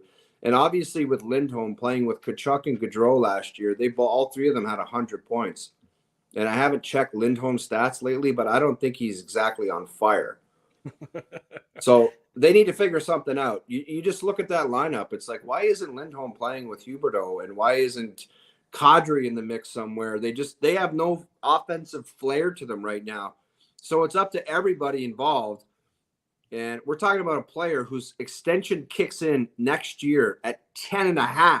Mm-hmm. So something better start working because you're pissing away money if you're paying a guy that and he continuously doesn't produce. Absolutely. And I wanted to go back to the Carolina Hurricanes, who, of course, you played for many years on those great teams with Rod Brind'Amour, Rod Francis, so many other really good players. And I look at the Hurricanes, and, these guys will back me up here. Hurricanes, and this wasn't a wild card pick or anything like that. I predicted the Hurricanes would go to the Stanley Cup final, and you look at them 9-1 in their last 10, and everybody's obviously focused on the Bruins with 87 points. They only have, 8 or 9 regulation losses, but there's the Hurricanes only 7 points back. I mean, I think you'd agree. Maybe they lack a superstar, even though Sebastian Aho and Andrei Svechnikov are pretty good in my books. But, we talked about the Jets and Timo Meier. Like, is Timo Meier the guy that, I realize the Devils apparently are interested and they have a lot of cap space, but first off, do you think that not enough people are talking about how good the Hurricanes are? And it's maybe because, the Lightning and the Leafs are also in the Eastern Conference with the Bruins. There's lots of good teams there, but do you think that would put them, I guess, over the top? I know it's a cliche, but it just seems to me like they still need one more scorer and then it's going to be over and they're really going to take that next step and win a cup.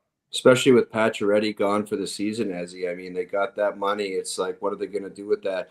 And I know Rod Brind'Amour, he learned from Peter Laviolette. Peter Laviolette was always up the GM's ass to get more players and get better players in there to help win.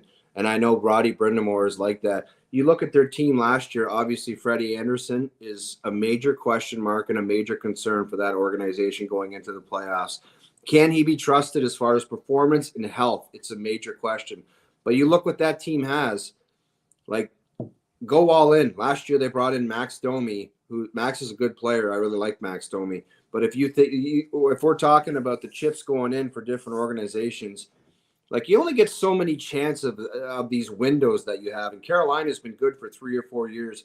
They're always hovering around winning the President's Trophy, and then not much goes on in the playoffs. So if Roddy Brind'Amour and those boys down there, they're probably thinking if there's a chance to get a real quality player, all the quality teams are in the same position. And I'm sure the coaches like Roddy Brind'Amour and Lindy Ruff are all saying the same thing to their GM. Go get me that Timo Meier.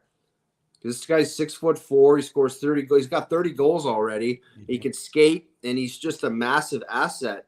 And any team would be welcoming that. So go ahead and make it happen. I'm sure but Carolina, I'm glad they went and got Brent Burns because he's that kind of grizzled veteran back there who plays for keeps, and he's all business. And if they could add maybe one more, I don't know if Timo Meier's like that, but just kind of add some guys that play for keeps up front to support that Aho and Svechnikov and some of the Teravainen and those young skill players, I think they can make a run. But Freddie Anderson is the key to all in Carolina, because we all know what he's done in the playoffs as far as performance in the past. And last year, he pulled the disappearing act. So who the hell knows what's going to go on with that guy come playoff time. Well, Jeff, yesterday was Friday night. It was a night of Connors, 100-point night for Connor Bedard in the WHL. And, of course, Connor McDavid, 100 points, 101 points in 56 games for the Edmonton Oilers. I mean, is it just – I know I'm just mentioning Bedard just because this kid is just phenomenal what he's doing. But what McDavid's doing, again, it just seems like every single year you're thinking, okay, you kind of know where his ceiling is, especially with him and Draisaitl, and then he just hits another level. That entire Oilers team, talk about offensive depth, they're all getting it done, and that was without Evander Kane. Now he's healthy, and he's playing for them. But what Connor McDavid is doing in Edmonton just seems – I can't believe I'm saying it seems remarkable, given that every year it seems like it's remarkable, but this year, again, he's just doing the remarkable. Yeah, I don't want to pump my own tires, guys, but I kind of predicted it. Like I just think at his age, and I said in all the pre-season shows, like, I think he's a little bit, his ass is chapped a little bit last year. He didn't win the Hart Trophy. And I just think that he wanted to say, I'm ending this discussion about who the best player in the world is, and I'm going to show everybody.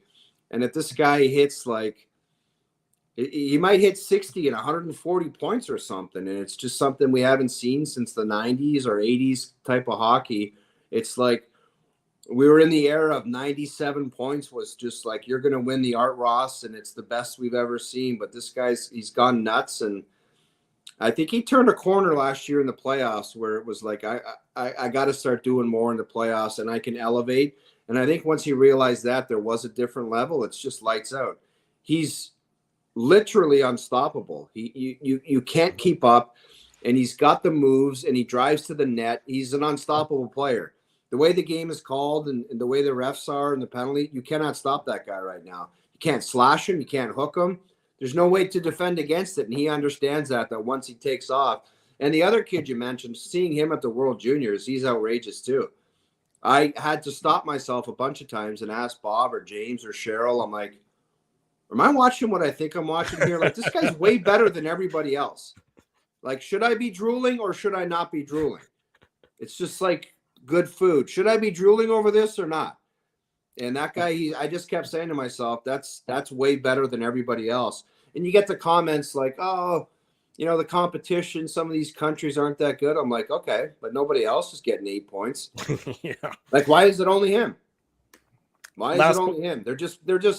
They're way better than everyone else, and they have a maniacal desire to just be great. And you put the combination together, it's scary stuff. You know who else was maniacal and to be great? And this is my chance to pump our boy O-Dog's tires.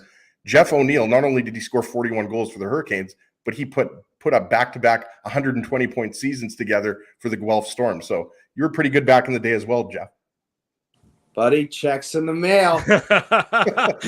Checks in the mail. So let me just piggyback on that a bit, though. You talk about, McDavid in the regular season, stupendous. The league calls the game different in the playoffs. Now, they shouldn't, but they do. How does he... it's ridiculous that he has to change his game to account for playoff officiating, but what does he need to do in order to still be that dominant when he's allowed to be hooked and held and tripped and slashed and all the bullshit that happens come playoff time? Ooh, I didn't know we could swear on this show. Oh, yeah, I'm going to start firing some out. Go for it. He proved last year against the LA Kings that he can get it done, and the Calgary Flames. It's like, I'm going to put this on the ice, and you just can't stop it. And that's, the Colorado Avalanche, I think, were just too deep and too physical, and they put Makar on him, and it was just maybe too much for even him. But I think he decided last year that I'm going to crank this up, and I'm tired of not having success in the playoffs. It's really weird when you think about it, how much better him and Draisaitl are than most of the league. It's like those guys, when they're on the ice, it's just no contest, and they've got to be looking at themselves. And they probably had candid moments. I understand they're pretty good friends or whatever, but they probably had lunch or dinner sometimes saying, how the hell have we not advanced? How have we not gone to a Stanley Cup final? and part of that is the organization and what they put around him. But if they could ever get goaltending, which is a scary idea for them, there's been some times, and I thought Stuart Skinner was going to kind of emerge as like that starter, and he's a bigger guy and he takes up more of the net. But Jack Campbell, as much as I like him come playoff time, he kind of scares the hell out of me a little bit. Like he really does. Like, I don't know what he's going to bring to the table. If he goes on a heater streak, it's great, but you're just wondering when the bubble's going to burst. So when that bad goal McDavid just knows that he can continually get better and bring more to the table, and playoffs is a little tighter. But man, I'll tell you what, the way the refs are calling games right now, it's just it's a joke. I think it's not even enjoyable. It's like there's no competition. This is a skills or not a skills competition. It's a special teams competition. All there is power plays and penalty. It's just like, okay, I guess we're gonna watch the power plays of both teams. There's no competitive. It disrupts the flow, right? Like, and we saw that between the Jets and the Blue Jackets, right? Like, there were 12 combined power plays, and you've seen that, with the Leafs as well. And they're the most marginal calls. I mean, that's the problem. It's just like, come on, guys. When somebody steps on somebody's stick, it's not tripping. Like, that's what we're getting. It's I don't know if you saw that play. Somebody falls down. I don't know if you saw the play with Pierre-Luc Dubois in the neutral zone, Jeff, but it was like literally guys were interlocked, like hands, and they called him a penalty. And I was like, it was nothing egregious, not worth calling. And then Laine scores on the power play. So, yeah. I mean, it's just I'm tired of seeing that. So it almost seems like they're sending a message saying, guys, this year, come playoff time, it's not going to be prison rules out there. So get ready for it. So I hope that doesn't happen, because I love the physicality and the competitiveness of playoffs. I hope those don't turn into special teams as well. O-Dog, trucks come and go. Did you get the clubs back? No, man. I was hopeful. I saw a tweet from the big thing in Toronto is I guess your truck gets stolen and they get it to Montreal and it goes on a shipping container. God knows who the hell's who's checking these shipping containers is beyond me. But I saw a tweet, if you lost golf clubs in Napanee, which is straight east, give us a call. And the guy was like, sorry, man, these are shitty old Callaways. And I'm like, no, man. I had 2 sets of dialed in tailor-made golf clubs, a nice putter. It's just really sad stuff. You know what?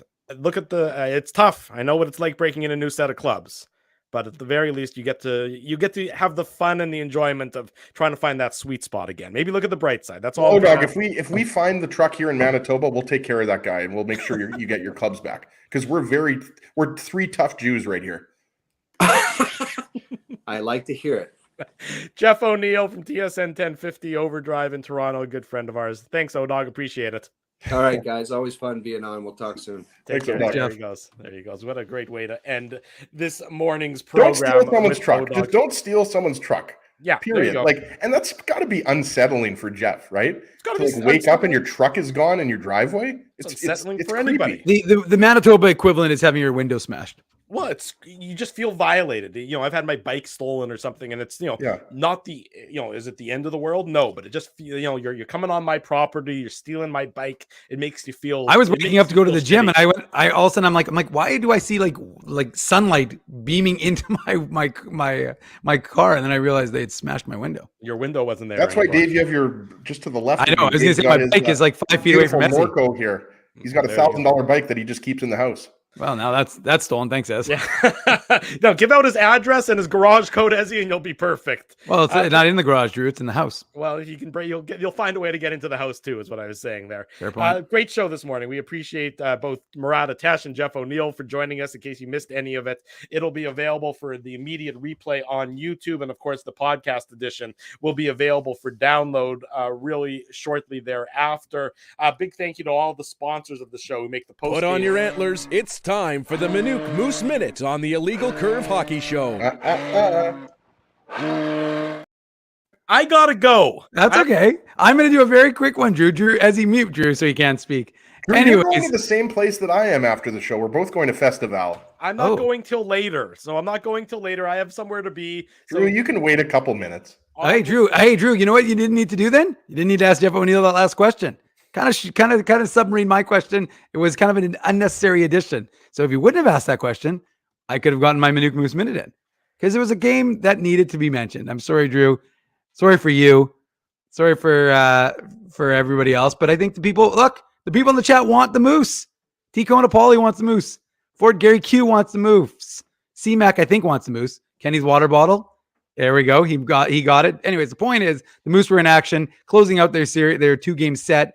The kickoff this 8-game homestand against the Iowa Wild, and the Moose didn't get off to the best start. Penalty trouble, I should say, resulted in the first goal on the first shot for Iowa. They took a 1-0 lead, but then it was all Moose the entire game. They outshot the Iowa Wild. It was like 38-11, and then Leon Gavanke got called for a 4-minute penalty with 4 minutes to go in the game. So the Wild fired off 4 shots on Arvid Holm, but couldn't score to tie it. But the Moose outshot them 11-5, 14-3, and 13-7 in the hockey game. Outshot him, like I said, overall 38-15. First goal scored by Dominic Toninato. Originally thought it was going to be Jeff Malot's goal, but it was tipped by Dominic Toninato, tie the game.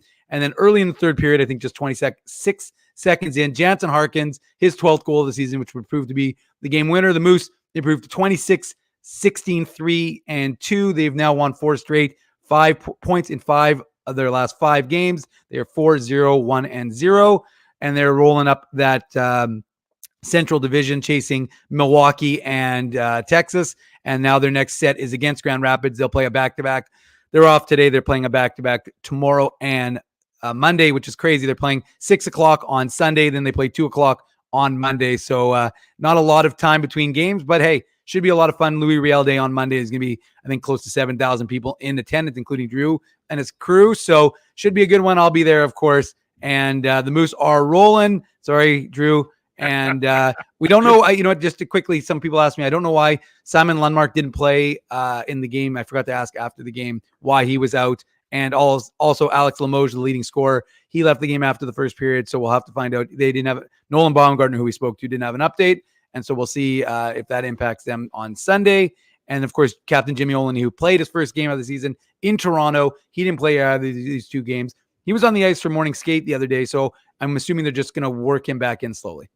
There you go. There's the Manuk Moose Minute. And sorry, quickly, the Ice kicked off 10 games on the road. Yesterday, I believe they were in Moose Jaw, where they won 7-1. There you go. The Ice, and tonight they're in Regina against Connor Bedard. Yeah, they keep winning on the ice. Off the ice is certainly a different story altogether, but we'll let our buddy Mike Sawatsky and Paul Friesen keep track of that story as well.